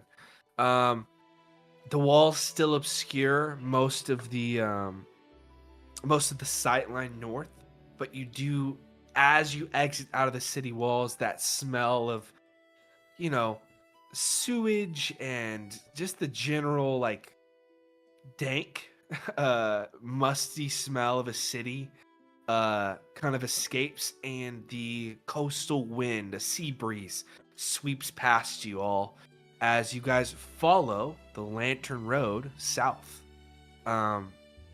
You guys had journeyed through here to head to the ruins, and most of you had journeyed north through this to get to Almaris, but most of you were chained up and prisoners by that point. And this is the first semblance of freedom, of a certain kind, just following this old man and the clicking and clacking of horse hooves on a dirt road as the wheels slowly turn on his cart.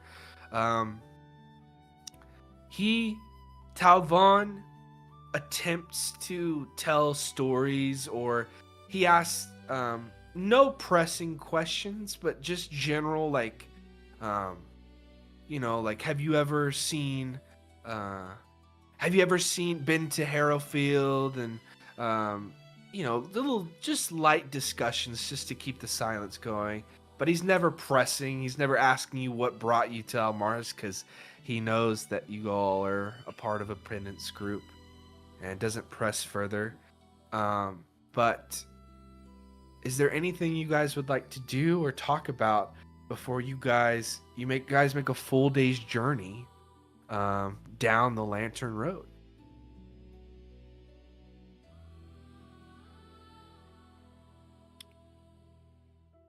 If not, Do then you have anything I can draw on? I'm bored. do you ask Talvon that or the party? Talvon. But the party hears me. He's just like rocking with the horses, and he says, Unfortunately, I don't really have anything like that. I might have some spare charcoal in my pack. he starts digging through one of the satchels, and he pulls. Oh, all I have is some old charcoal that I used to sketch out some diagrams and stuff, but I don't have any paper or parchment, unfortunately. Thanks. Braxton reaches into he has a book, tears out a piece from like the back pages that doesn't have anything. Here, Felgor. Thanks. I'm just gonna start drawing. As you're walking, you start like just drawing some things. Talvon keeps droning on.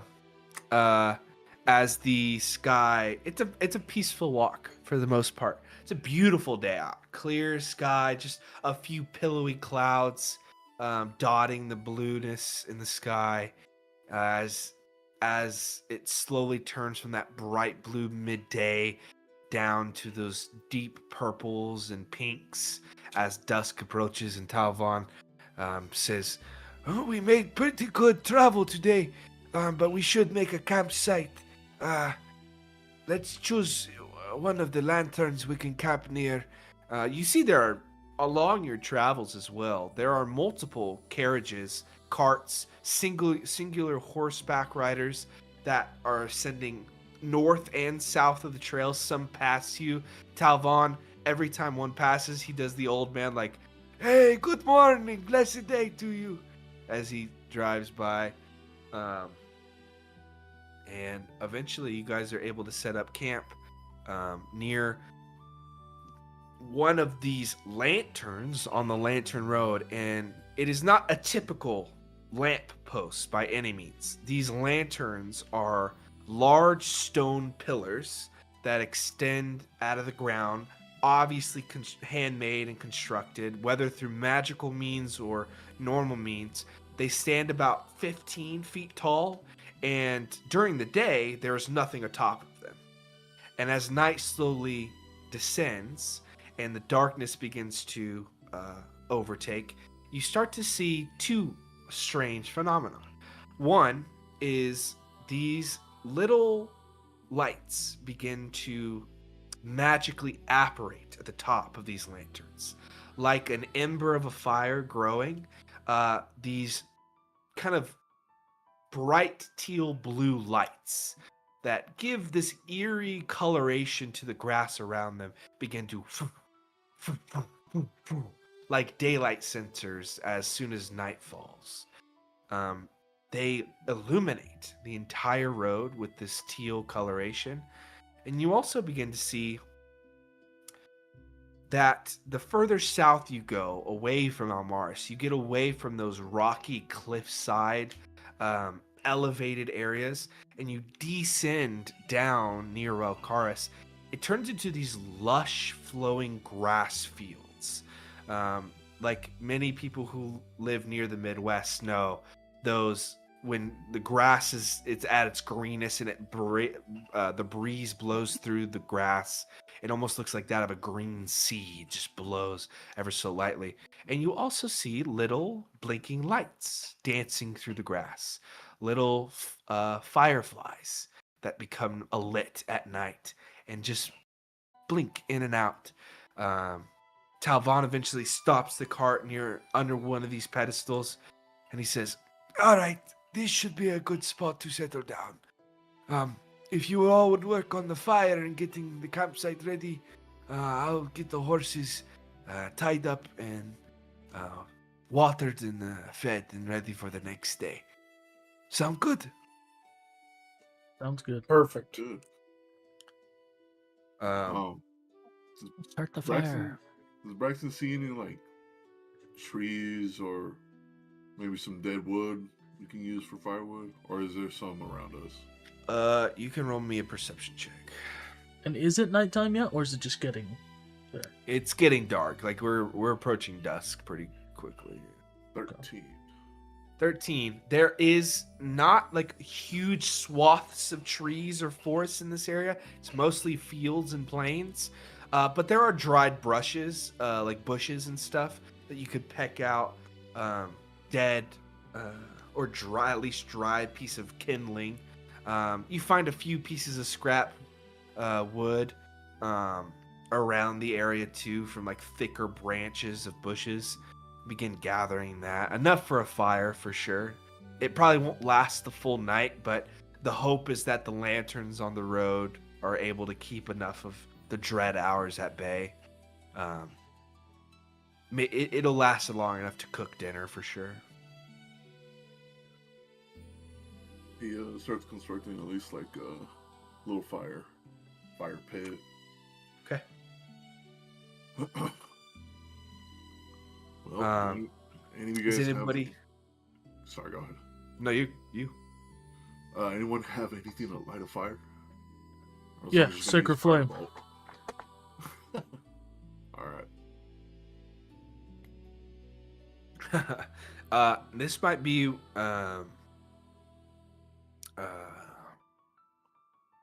Ezekiel's first time experiencing this, but the same flame. You go over to the fire pit, and you do the somatic component. You say the divine words, and a sacred flame comes out and flashes against the wood, and no ember emanates. Because it's a magical fire, not a real fire. Yeah, sacred flame is a radiant flame. That It makes is sense. not one that carries heat. Makes sense. Anyone else? Moonbeam. Talvon, I'm just kidding. Talvon, as you do that, he goes, Oh my God! I did not know that you were a spellwright. That is incredible. Thank you. How's that incredible? If you don't mind me asking. Nothing. It's just most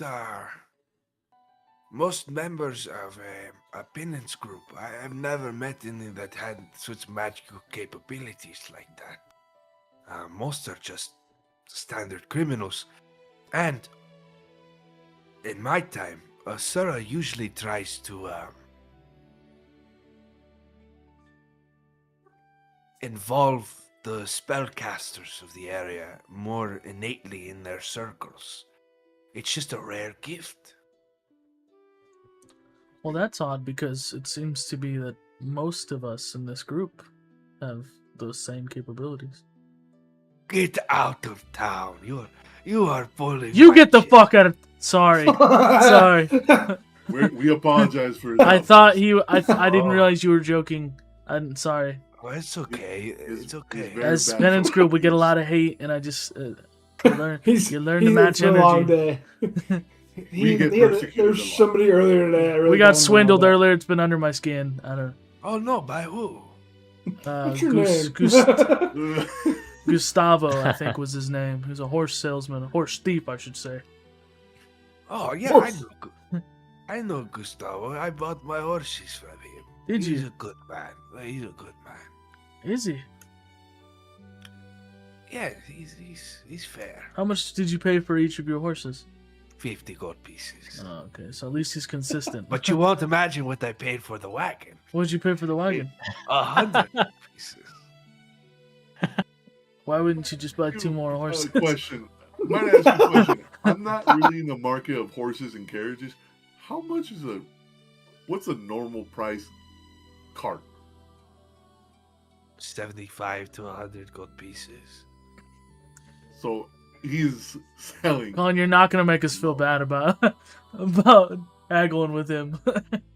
He was overcharged us. I don't care what you say. Well, anyways, yes. I'll argue about it when the game's over. But yes, what Ezekiel says is correct. Most of us can use elf form magic. I mean, that is. Wow, I did not. So, like, I'm getting the special treatment. I thought you were just some sellswords, or.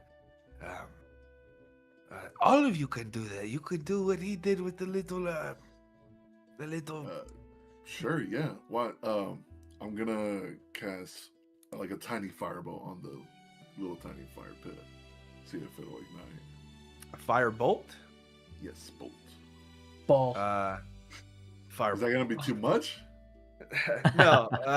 Fireball would be. You cast a little cantrip of firebolt, and as the firebolt like lights in your hands and you flick it down, it catches and you breathe life into it. And he says, "That is just great. I mean, if I was younger and I had that, I would be the richest man in all the world. I'd be a hero. I would be an adventure, and that you are all very blessed. If you can do all these things." Yeah, it's, And I can even turn into one of your horses. Shut up. He says, he says, "Get out of town. You can become a horse." Oh yeah, I've done So it once. then why will you try to buy a horse if you could already turn into one? Well, we needed more than just one because That's- we were a large group. Okay, makes sense. And I can't turn into a wagon. That would be some trick if you could. I mean, that you could make so much money. At least 100 gold pieces worth. You think? you know, 100? Oh man. He like, as you're like telling him this, there's like a bit of wonder in his eyes at this, which I think is a little strange for some of you. He begins to drone on of how like I've seen some pretty incredible things. I've seen some priests from the church, from one of the many churches, heal sicknesses. I've seen great. I was here when they built the lanterns. They had these mages come through, and they snapped their fingers and stone come out of the earth, just pillars of it. And I've seen many wonders, and I always thought if I could do something like that, I wouldn't be afraid to go out at night as I am. Now you're talking.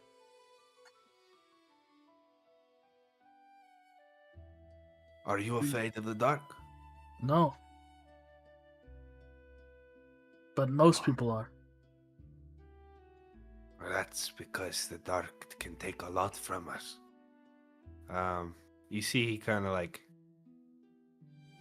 does that distant look off into the distance, just kind of like shakes his head. There's a little sniffle. Have you been out in the dark before?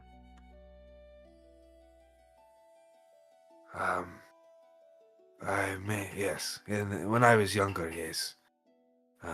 I used to be a part of the Bone Guard when I was younger.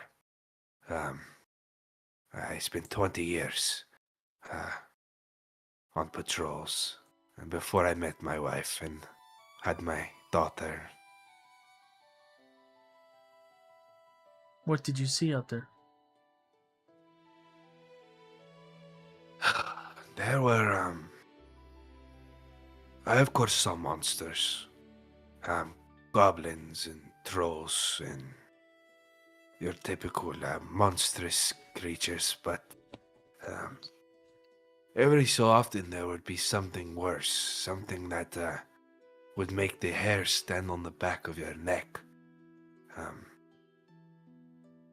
I never fought with any of these things, but I would hear stories from my comrades in the Bone Guard of whole battalions losing men at night.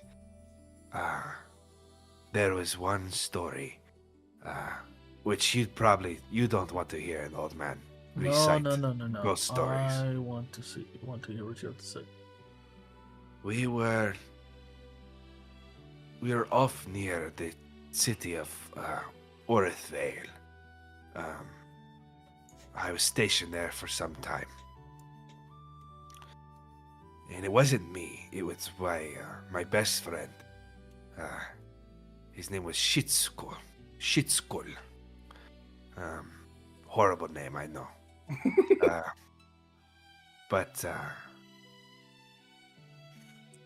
he was a very strong man and a great fighter for a long time. One night, we were on patrol, and we were lighting the bonfires near Orithvale. Then we went back to the barracks to rest. And he said that in the middle of the night, outside his room, he heard something knock on his door 3 times.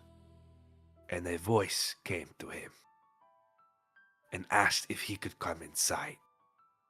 A man's voice. But he said it sounded like glass shattering. And then asked him 3 times, "Will you let me in? Will you let me in? And will you let me in?" And he said no 3 times. He was so shaken by it. The next day, he asked to be discharged from the Bone Guard. And I believe he lives near Highgate now. But the way he looked, something shook him. And I believe he said that thing wanted to kill him if he had let it inside. But that's just a tale from an old friend. What was his name? Shitskul. I guess I don't need a last name because that's a pretty specific, terrible name. Yeah, his family must have really fucking hated him.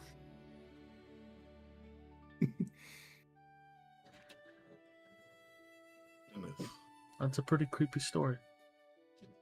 Aye. There are many like it. But there are also beautiful things at night you never get to see during the day. Like, and he points out to the fireflies. He says, he looks out and he says, my grandson, he loved the fireflies outside of Almaris.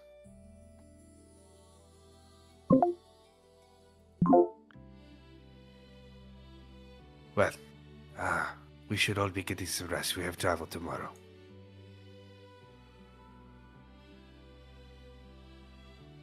And we're gonna do some watches, just in case. Yeah, I'll do the first. Did you say there's guards along this? You see every so often there's like a wandering patrol of like 2 or 3 guards with torches.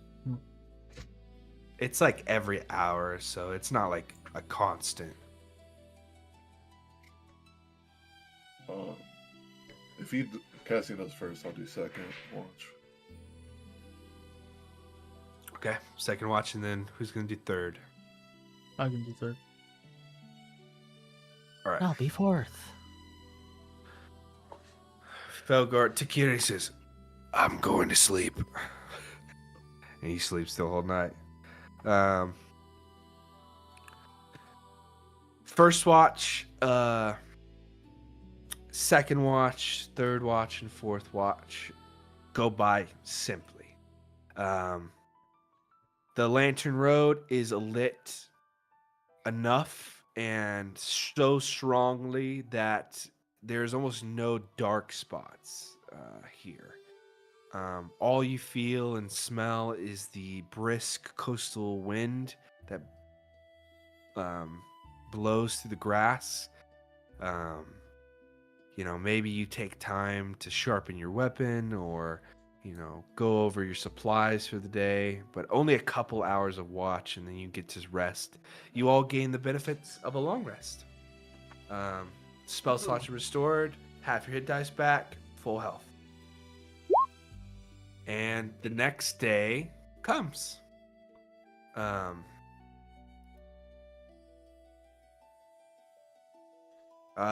Talvon is up at the fucking butt crack of dawn. He's got the horses already Dang. ready to go. Me first, actually. Cassie and Talvon are wrangling the horses and tying them to the cart, and you guys can begin your second day of travel. In the morning, I'm gonna go up to Ezekiel. Like, look, Ezekiel. Look what I drew. It's the giant tortoise from your Darun. Is this what it looks like? Does it look like? You're a piece of shit. Another penis. It's a cock. Turtle. It's just a big turtle dick. Those rims? Little rims on the cock. Those rims. No, that looks like a cannon.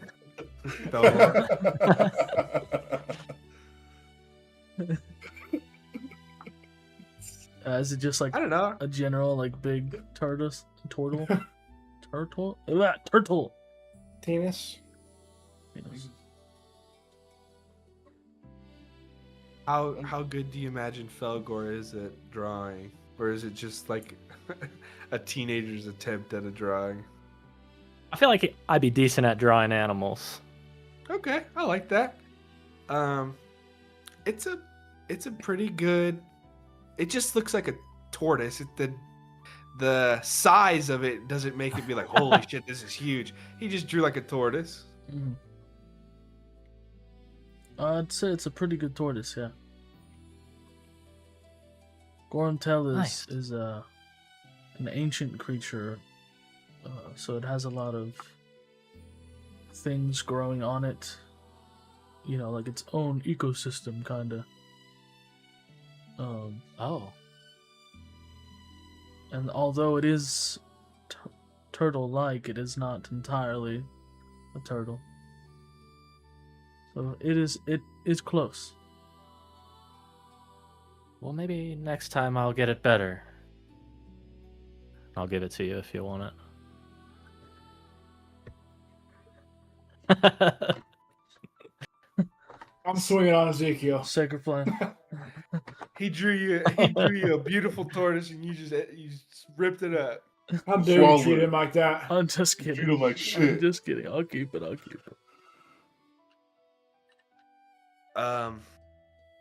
The second and third day of travel goes by. On the third There's day, I'd like to no- do something at night. Okay. Book it. The second day, there's no like weather disturbances. It's another beautiful day. Another campsite, same thing along the Lantern Road. And on the third day, you guys begin to see the city of Relcaris. Not nearly as immense and grand as the walled city of Almaris, but it is a pretty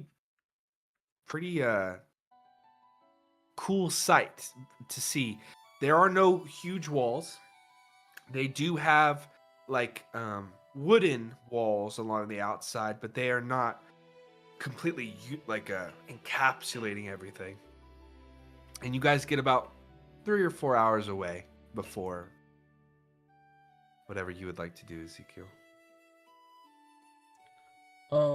This is when we're camping for the night, right? And resting? No, because you guys are gonna get there. You're gonna get in Relkaris by the end of this day. Oh, okay. I would just kind of be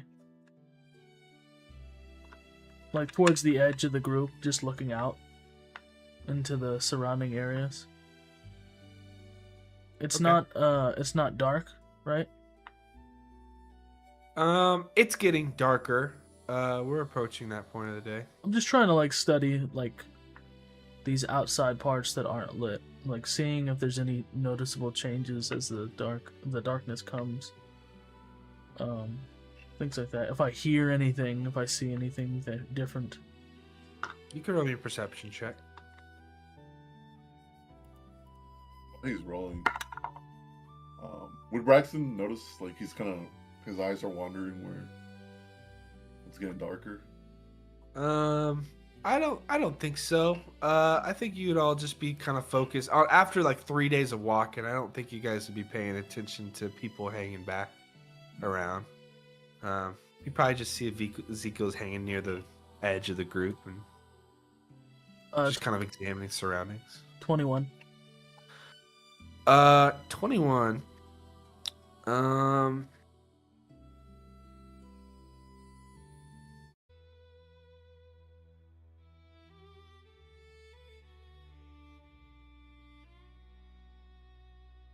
You are near the back. Talvon is driving the cart, and he says, "There it is. There's Relkaris. We should be only a few hours away." Cassian, Felgor, Takiri, Braxton, you guys are kind of all in a unit up near the front where the horses are just trotting along. Ezekiel's kind of near the back, near the opposite side, where there is a patch of trees that grows near the western edge of this coastal cliff. We're getting to the elevated part, where the elevation is getting closer to the sea level. So there's more forests and things of that nature opening up. Ezekiel, you hear a little cry. You hear like a short and abrupt cry of an animal comes from that little patch of trees.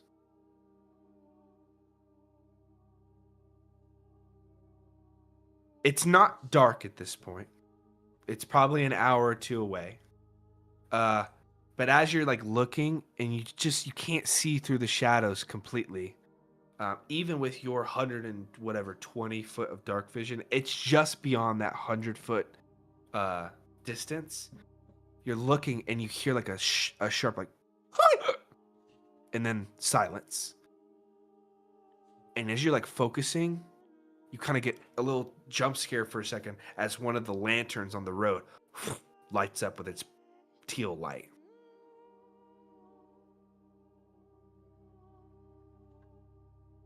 But I can't see it. I just heard that.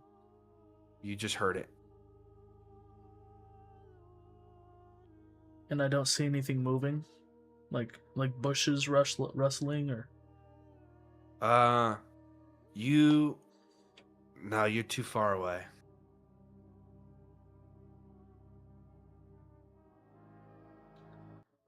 I might push out a little farther, just to Okay. see if I can see anything with my vision. What's your passive perception, Braxton? An 8. An 8. Yeah. Nobody notices Ezekiel kind of. You guys are all on the left side of the cart. Ezekiel is kind of behind, and he goes to the right side to go into those near those forested areas. Ezekiel, you get 50 or 40, let's say 50 feet away from the edge of the forest. And on that perception that you rolled, you do see there is something moving in the shadows, shaking a bit of the brush.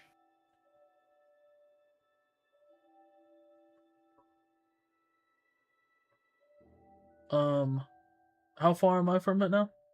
50 feet from the edge. Maybe like 70 or 80 feet from whatever's moving in the forest. The little patch of trees.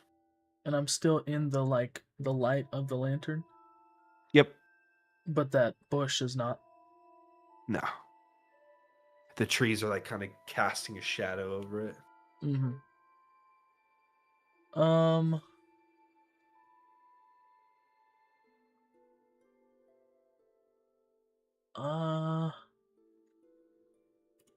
Okay, maybe slightly closer. I think I'd go to the edge of where the light reaches. Okay. That's like 30 feet away from the forest edge. You slowly begin walking forward, and your foot steps on a branch, and it snaps. And the rustling in the forest stops, and you hear something.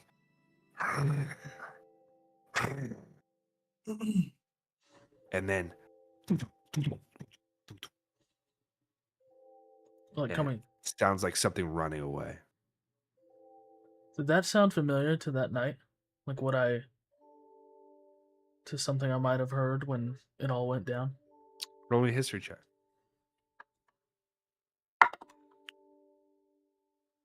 -2. Okay. 16. No. Hmm. No, it doesn't sound Did familiar. it sound like it had 4 legs? No, it sounded like it had heavy. It sounded like it had 2 feet that were really heavy. What the fuck?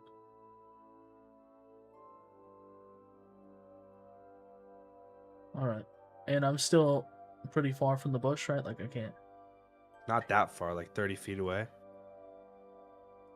But to go into the bush or go up to the bush, I'd have to go into the darkness. Yeah. I think maybe I'd send like a sacred flame in that direction just to see like a moment of light in the area. Okay. See if there's anything you left over.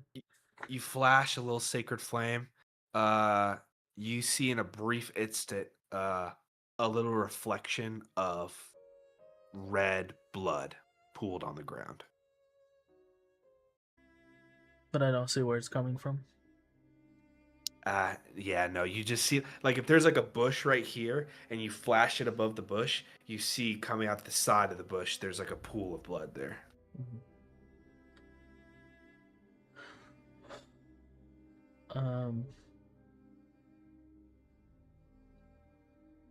Hearing that it ran away, I might step forward, thinking I'm safe. But just to be double sure, I'll cast continual flame on my Euquilla. That just lights it up. That is when you guys notice. You see a light come from the forest, and you see the shadowed back of Ezekiel wander into a group of bushes. And Ezekiel, as you wander into there and kind of open up the brush, you see a boar dead on the ground, whose head has been ripped completely in half so that its tongue completely sticks out at the center of it, its jaws completely dislocated, like somebody was trying to open up like a bag of chips, and instead it was the pig's head and ripped it in half. Was it eating it? Roll me an investigation check. Natural 20 -2, 18. There are huge bite marks out of the tongue of the boar. Huge ones. Hope. Oh, that's a hope. Yeah, Oh, yeah. natural 20. Get hope. Hello. Big ups, big ups. But it's just the tongue, nothing else. Just the tongue. Just the tip. How big are the bite marks? Like the size of like your fist, like balled up. So bigger than like a person. Oh yeah. I'm gonna yell at Ezekiel, get out of the forest.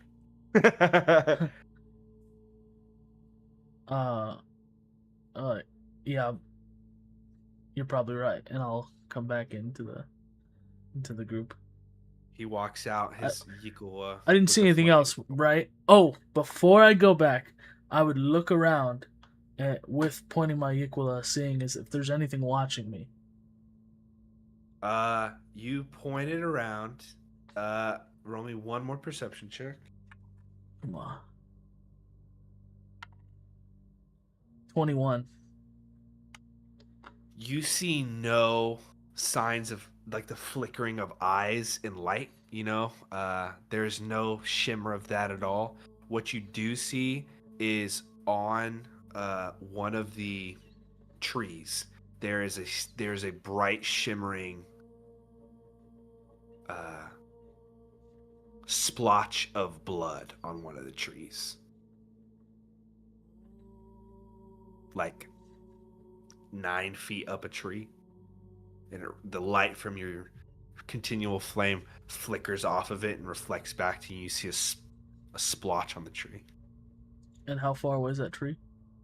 like 5 feet from you. Like you're literally like going like this, and you see it like right there.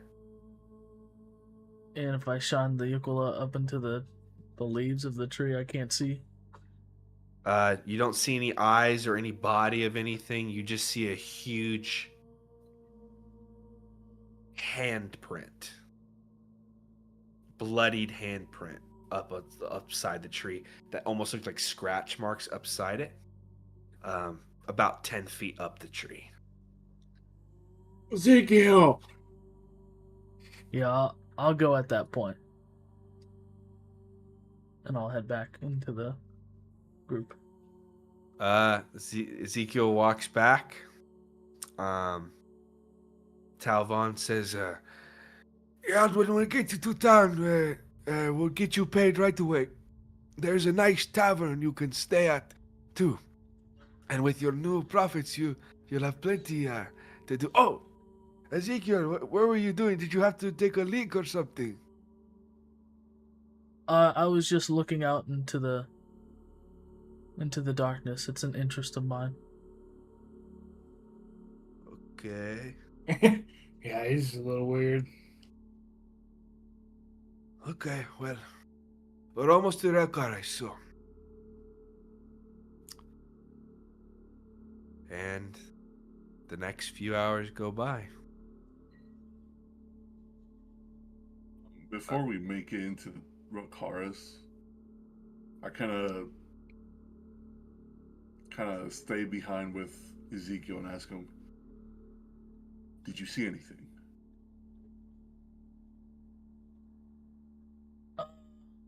Like, are you asking like a creature or just anything? Oh, you said you're interested in the darkness. I'm assuming maybe something caught your eye. Yeah, I heard some noises, so I went to look at them, and I had heard something run away from me, but I didn't get to see it. Did find the body of a boar with its jaw ripped open. Jesus. Yeah, like something was eating its tongue. But when I approached it, whatever it was, it went away.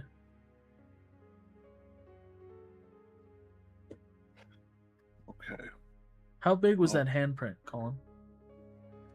The size of your torso. Something small, nothing crazy. Jesus! It's probably what, like 6 inches? At least. Damn, ready? You That's mean that? fucking huge. God damn. Massive, bro. That's crazy. I did see a bloody handprint from a nearby tree when I found the body.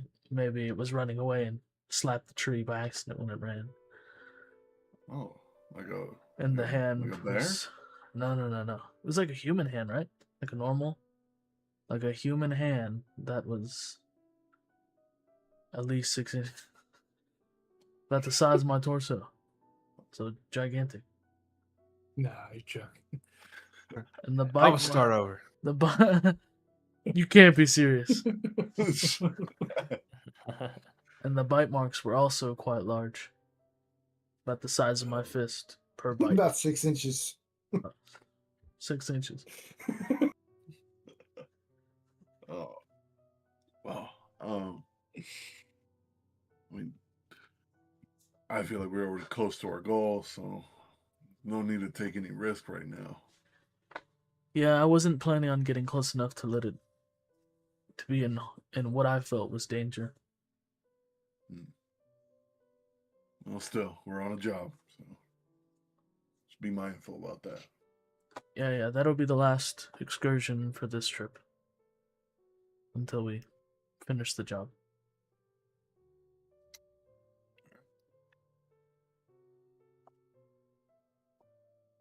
The next few hours go by. Eventually, you guys all enter in to about a few miles away from Rokaris. And a few things you immediately note. One, there is a strange feeling as you get about a mile away from the very small wooden walls on the outskirts. As you're approaching in, you feel this wave of cold air kind of overcome your face. You reach a certain threshold. We don't need to do the scary music anymore. It all hits you at the same time. You all feel this. It's like walking from the heat of outdoors to an air-conditioned interior, but you're outside the entire time. And you hit that. And you hit that shit. And you get that. Yeah. You get that. That's the feeling that you feel. The second thing is there is a profound smell of burnt, and it's hard to describe for you in this setting, of burning metal, which has like a very definite scent.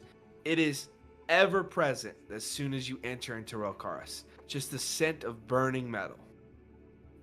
And there is a group, there is a field of trees on the northern edge of Rokaris that are perfectly in line. In perfect parallel lines. Like they were planting them like you would in like Minecraft. And they are almost all the exact same shape and size. Each tree looks identical, and there is like a couple hundred of them. They're not huge, but they are just perfectly in these perfect little lines, all looking like the exact same tree, copy and pasted. Talvon takes his cart and goes to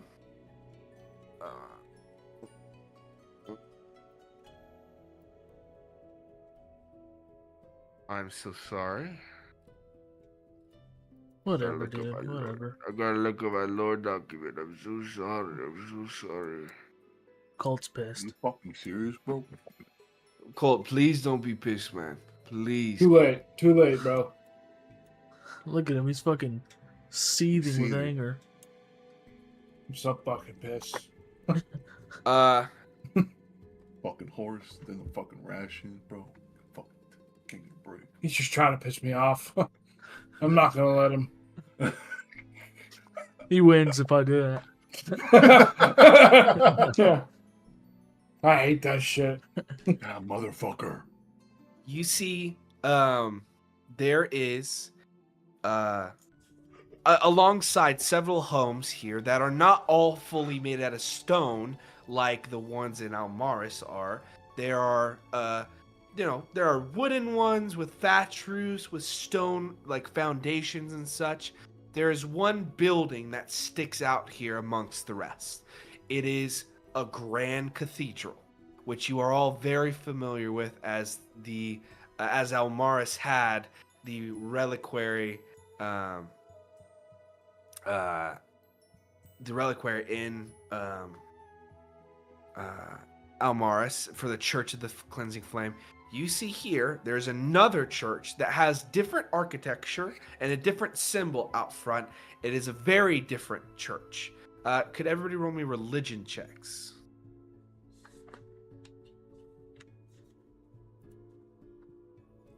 $13 for Braxton. 2. 9. Or can I use my guidance? If you want. If you want, bro. You cast another spell. 15. Yeah. 13. 13. Okay, so everybody except Ezekiel, you recognize this symbol as maybe in passing or actually most of you would have stopped here as prisoners. You recognize this to be the Church of the Reliquary Ascendancy. That is one of the other 7 churches of Asura. And they have not nearly the imposing flame motif that the one in Almaris had, like the Church of the Cleansing Flame had. It is a lot more kinder. There are stained glass windows with firelights that are backlighting out into the streets. They give like a little colorful glow. Talvon gets off and he gets a stool and he...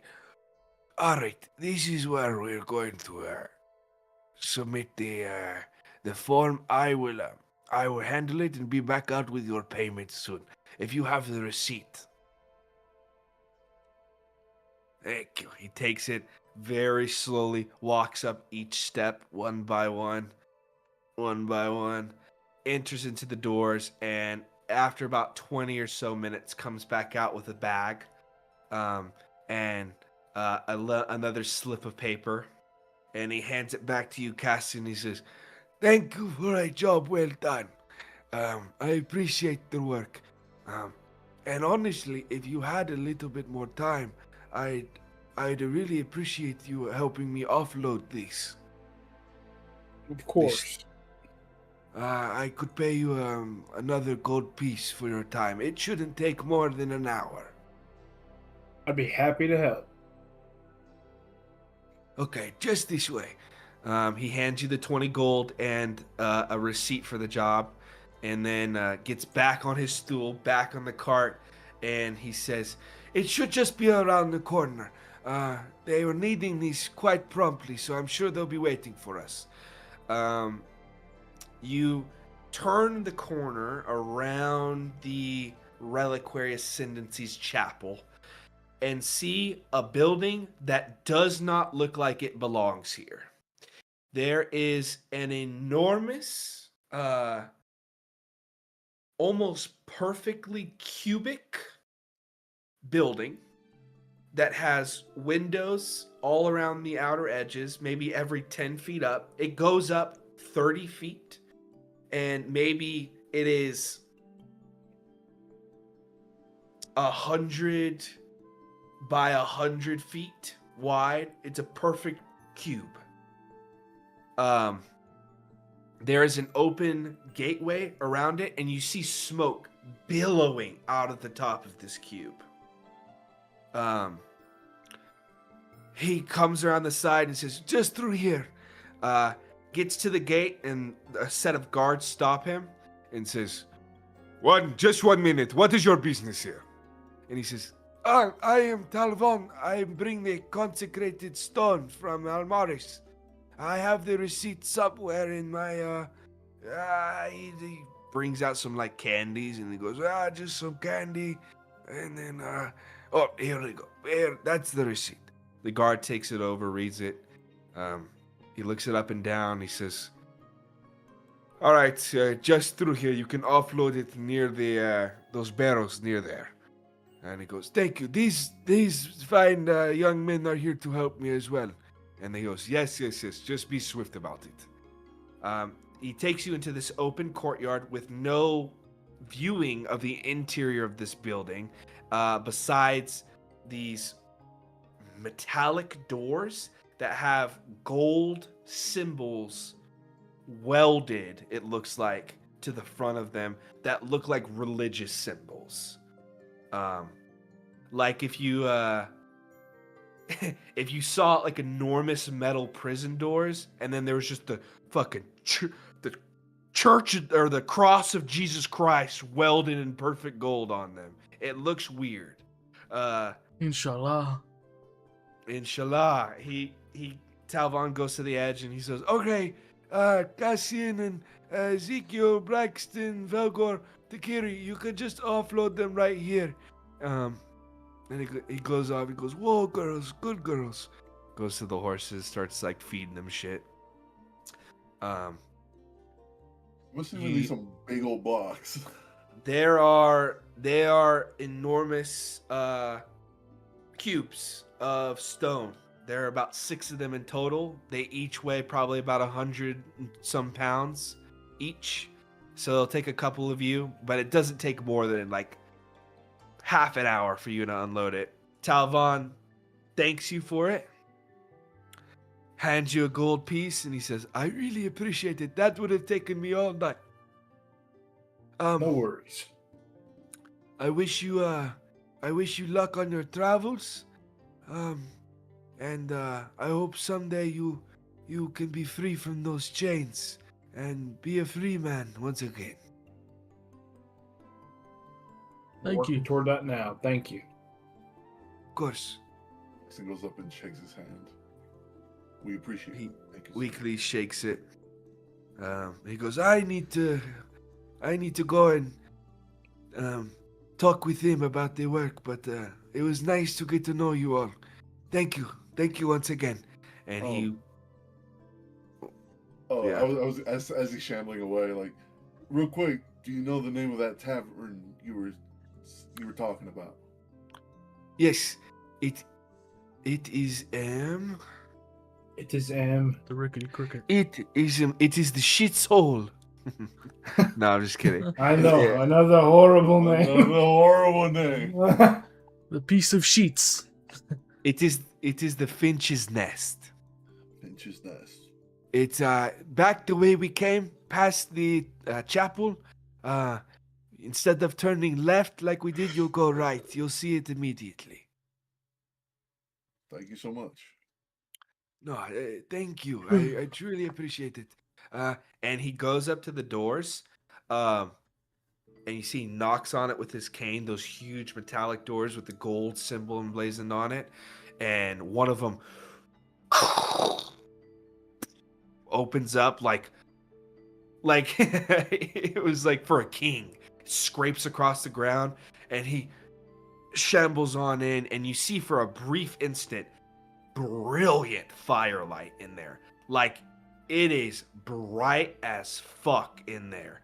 And the door shuts.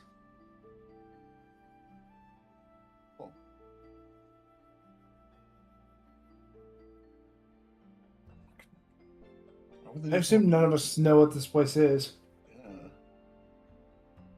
Yeah. What does it look You- like? How about me with my background of? You've been through Alcaraz plenty of times, Cassian, so I'll let you do a history check with advantage. I don't think you would have stayed here for any long period of time, but maybe you picked up the name. What was this check? History. 18. From the way it's described and the 2 clues that give it up is that the stench of burning metal right here, the billowing smoke out the top, and that firelight as Talvon entered into it, you're like, this might be the Reverence Forge. You don't know what that is, but you've heard that name before.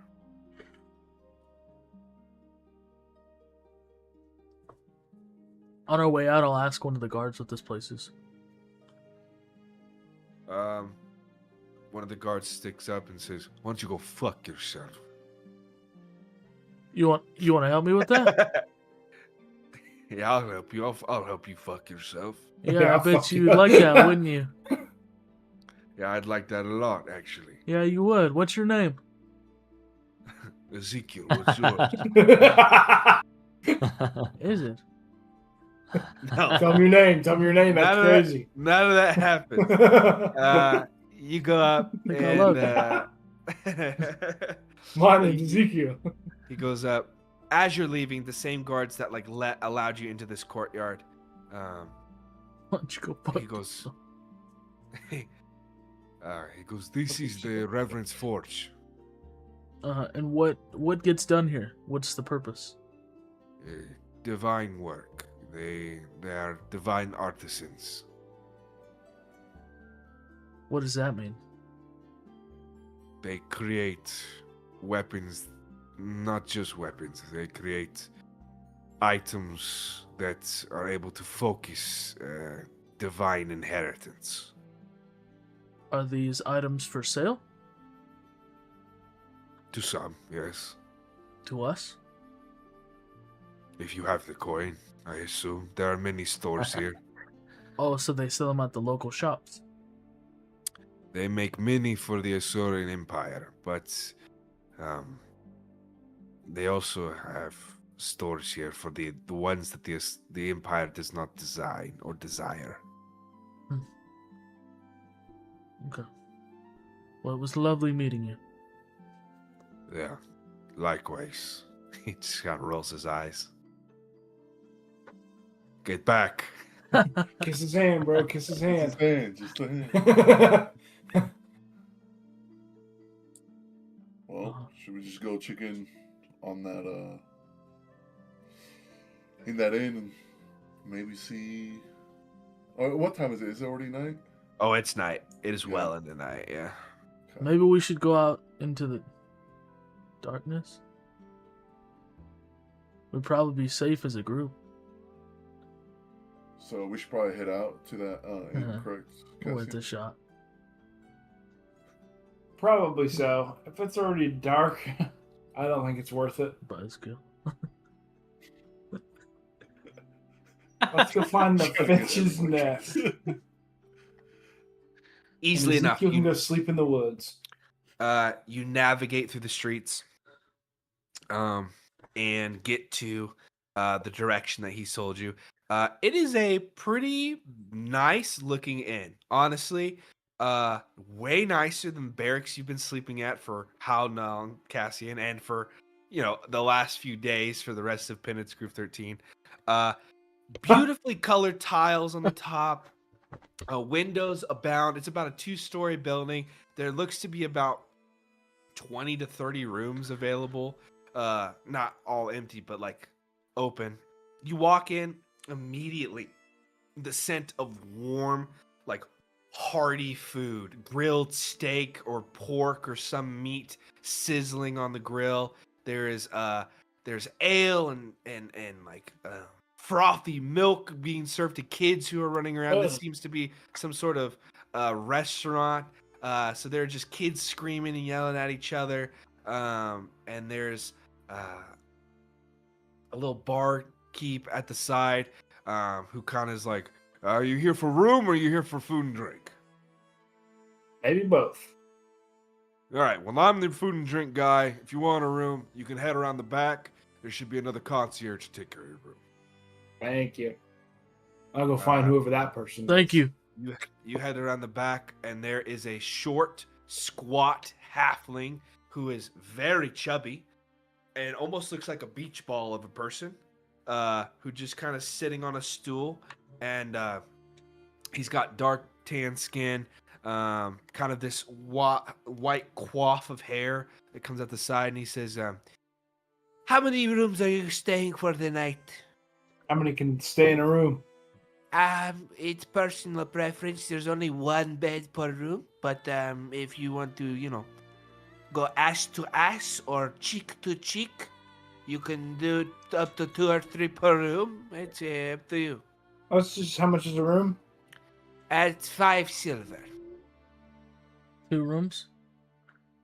Well, so yeah, we'll just the gold that he gave us will cover our 2 rooms then. Yeah, me and Cassian will sleep in a bed, and then No, you're on your own, buddy. We'll do Oh, 2 and rooms. I'll give him a gold. Checkouts at midday. Wonderful. We'll be gone long before that. Okay, all right, Mr. Snippy. So Snippy? 2 rooms for you. That's a 1 gold piece per night. Here's the gold. here's the gold. Thank you. And he bites it and he goes, "Is this real gold?" Yes, bite harder, or you might break your teeth. I just checking. All right, here are your keys. Come follow me. And he waddles and goes up to this big cupboard, grabs some keys, and gives you 2 of them. And he goes, "Enjoy your night at the Finch's Nest." Thank you. Oh my! What a gentleman! It's my thing now. It's my thing. This is Ezekiel's thing. I kiss his hands. Is there anything you guys would like to do before the night's over? No, sir. Have some drink. Okay. Yeah, we could say those of you who would like to get some food and drink for the night, we can settle that. The rest of you who want to just go and get some sleep, a successful first adventuring day as Penance Group 13 outside the walls of Amaris. 3 days into your travel, you've made it to Relcaris, the first city on your stop. And with that, and with whatever the fuck Ezekiel saw out there, we will end tonight's Man, session bear, pig. right Great. there. Good session. Good session. All right, sure. Hey, thank you for tuning in. Remember when he said about 9% If you had not to subscribed? smack the button, you're gonna smack it. Yeah, smack that shit, and we'll see you next time. Son, Do it, Colin. Do it, on Colin. the Do flip. See, on the flip Oh! side.